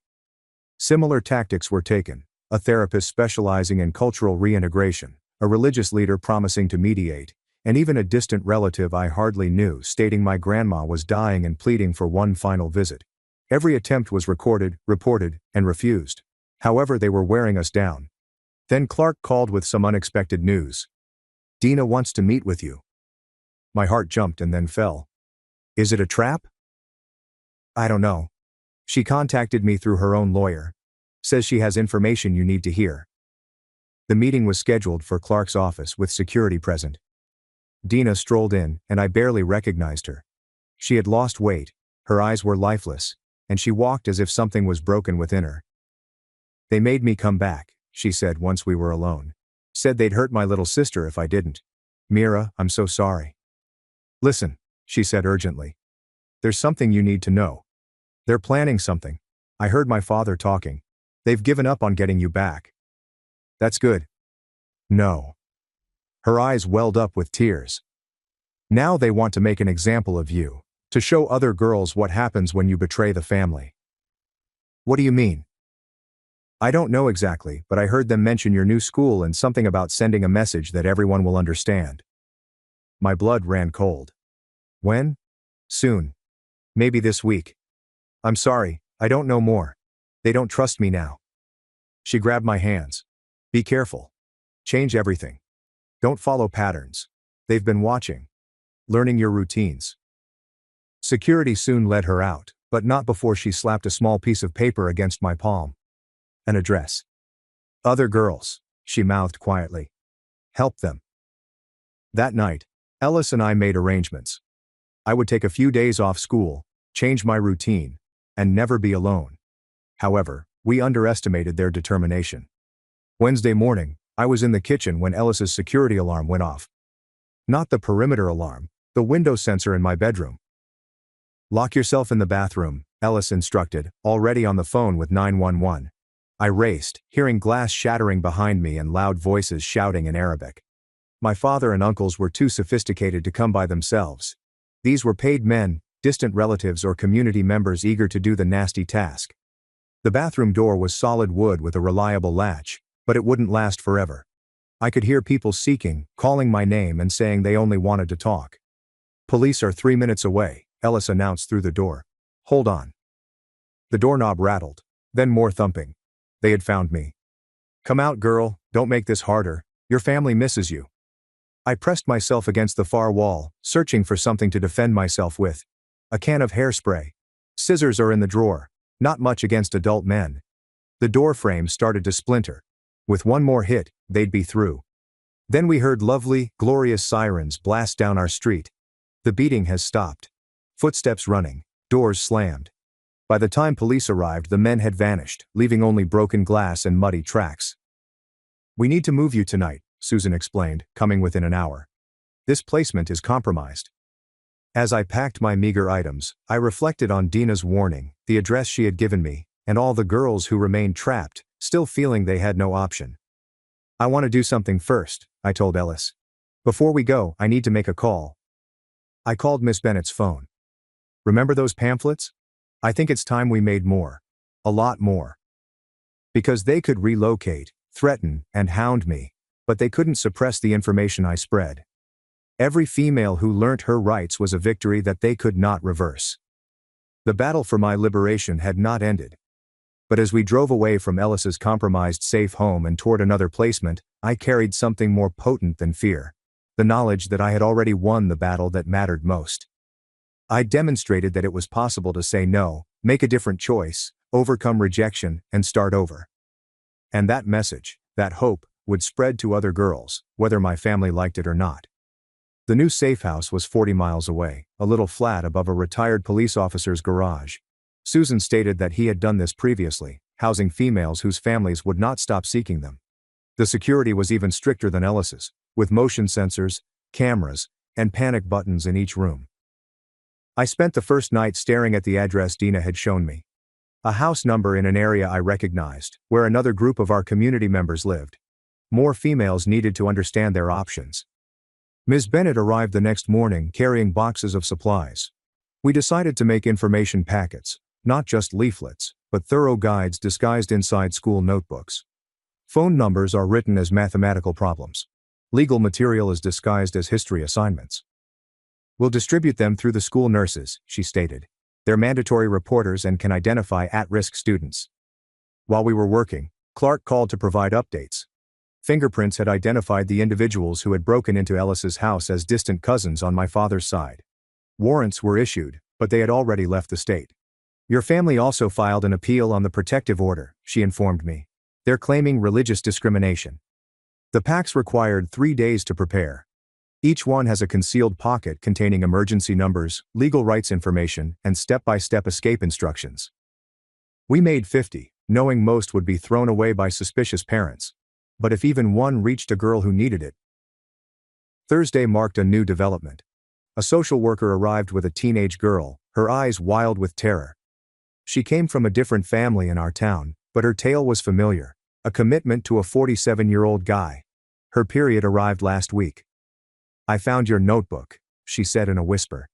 Hidden in my cousin's room, the one with the math problems that were really phone numbers. My heart soared.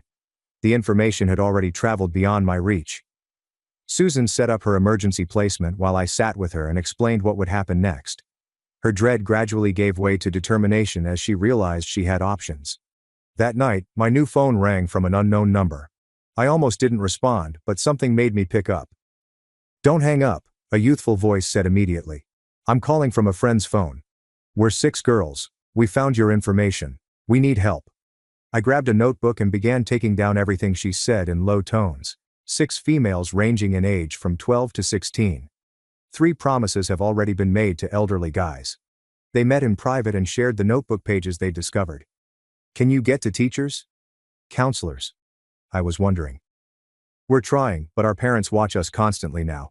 After what you did, they're all scared.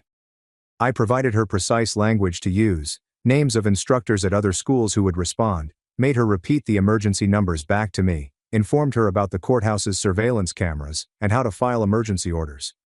What if they catch us? She inquired, her voice quivering. Then you try again, I stated firmly. And again, until you're free. Friday morning, Clark called with urgent news. Your father's lawyer filed an emergency motion. They're claiming you're recruiting minors into dangerous situations.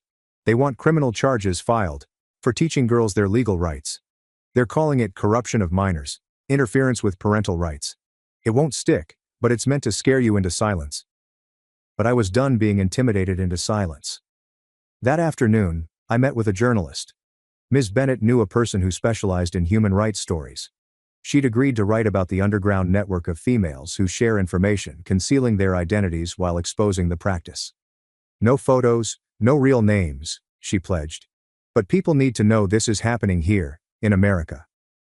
The story would not be published for several weeks, but knowing it existed felt like a victory. Saturday's mail contained a surprise, a package with no return address and postmarked from another state. Inside were photographs and a note written in unsteady handwriting. The photographs showed a young woman in nursing scrubs beaming during a graduation ceremony. Layla wrote the letter. I wanted you to see what's possible, she wrote. 5 years of hiding. But I built a life, became a nurse, found love with someone who sees my worth beyond being someone's property. Stay strong. I cried while holding those images, seeing evidence that surviving may lead to more than just survival. Susan called in the evening, and Sunday was peaceful till then. 3 more girls came forward today, different families, all citing the information packets. CPS is opening investigations. The outcry was quick. On Monday morning, my father's lawyer gave a press conference on the courthouse steps.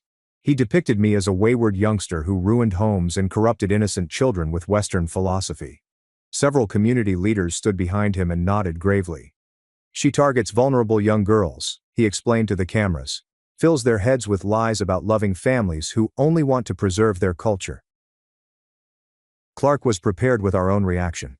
She had collected statements from teachers, social workers, and counselors who had noticed the trend for years but had no idea how to help. The former officer I was living with even volunteered to speak, detailing the extent families would go to rescue girls. But the major blow came on Tuesday. Raya appeared in another video posted online. However, this time she was not alone. 4 more girls from my wife's skills group sat with her, each recounting how I had attempted to turn them against their family. She said our parents were evil, one girl added bluntly. Said our culture was wrong. Made us hate who we are. I detected the coaching and the careful word choices. However, to outsiders, it appeared damning. Don't watch anymore, the retired officer said, closing the laptop. They're trying to break you. On Wednesday, everything accelerated. Clark called early. The journalist's editor had received legal threats regarding the story. My father's lawyer was claiming defamation and threatened enormous litigation. Then Susan arrived with news that chilled my blood. One of the girls who called you last week, her family found out. They're moving her out of state tomorrow. Which one? I inquired, even though I already knew. That would be the oldest, the boldest. Lena, age 16, is the most likely candidate to run. She was scheduled to meet with a counselor today. I thought quickly. The courthouse. If she can get there before they leave. Susan had already called to inform authorities. However, everyone was aware of the numbers. Once girls were relocated across state boundaries, they rarely returned. That afternoon, I made my decision. Despite everyone's protests, I insisted on coming to court. Not inside, that was too dangerous. But close enough, where Lena could see me if she managed to flee. The retired officer drove and parked where we could view the building. For 2 hours, nothing. Then a van drew up, and I saw her, Lena, wedged between 2 ants and being escorted to the entrance. Not for protection, but for passport documentation. They were transporting her out of the country. She noticed me through the car's window, our gazes locked for a brief second. I pushed my fingers to the glass, mouthing a single syllable. Run. Her aunts gripped her arms, so she couldn't run. But as they went through the security checkpoint, she did something else. Dropped to the ground, crying about stomach pain. Classic move from my playbook. Security responded by calling for medical assistance. Despite the pandemonium, Lena managed to clutch an officer's arm. I couldn't hear what she said, but I did notice his expression shift. He talked over his radio, and then additional officers appeared. Her aunts attempted to pull her up, saying that she was okay. But Lena continued to scream and grabbed the officer's arm. Within minutes, CPS personnel came. We need to go, the officer remarked as he started the engine. Now. As we drove away, I noticed my uncle emerge from the van, phone held to his ear, gesticulating angrily. They had lost another one. Thursday was a flurry of legal meetings. Clark was preparing a case against the intimidation methods, documenting every threat and harassing attempt. The writer had found a publisher ready to take the risk of lawsuits, and more girls were coming forward. Not just from my community, but also from others who had heard about the network. You started something, Clark explained. Something they can't stop. Friday morning, I awoke to sirens. Not uncommon in this neighborhood, but these came to a halt quickly, too close. The retired officer was already up and inspecting cameras. Stay back, he said, hand on his service weapon. Through the glass I noticed flames. A car in the parking lot was on fire. It wasn't his automobile, it hadn't been there last night. As firefighters worked, investigators discovered something in the trunk. Dolls clothed in white bridal outfits that had been charred beyond recognition. The message was plain. We're moving you again, Susan explained when she arrived today. But I was tired of jogging. Number they want me scared, hidden, I'm done giving them what they want. The dispute lasted several hours. Finally we reached a deal. I would stay but with more security.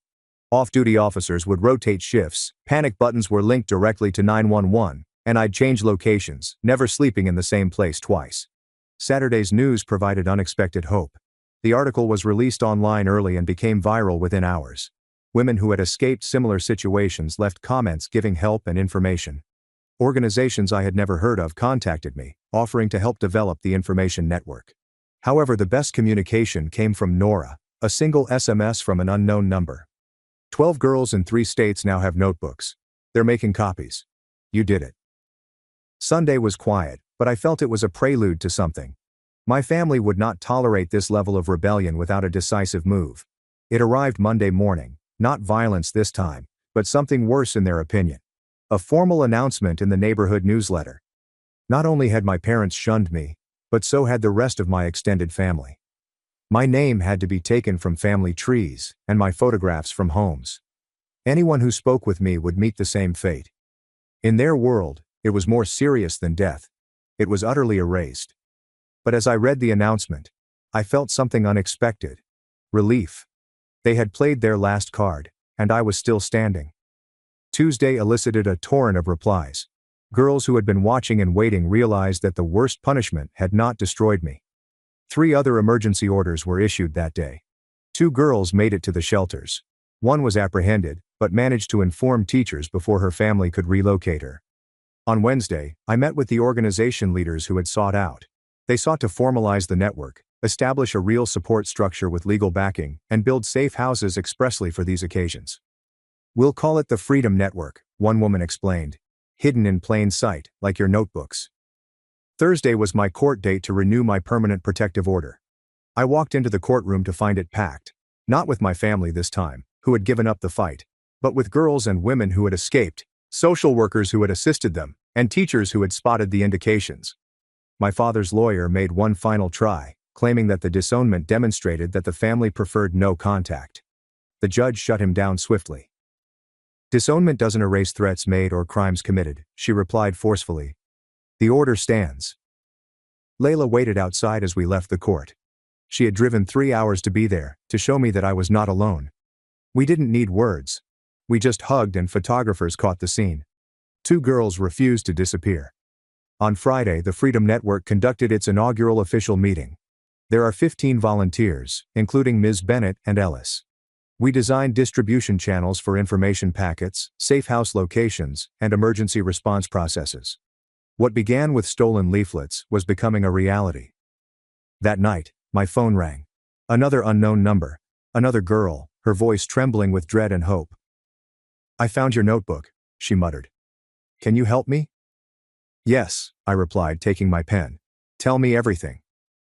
As she spoke, I thought of all the females who were still bound and believed they had no choice. The network would grow. The information would spread. Some would escape, while others would not. But every girl who learnt her rights was a success. My family had eliminated me.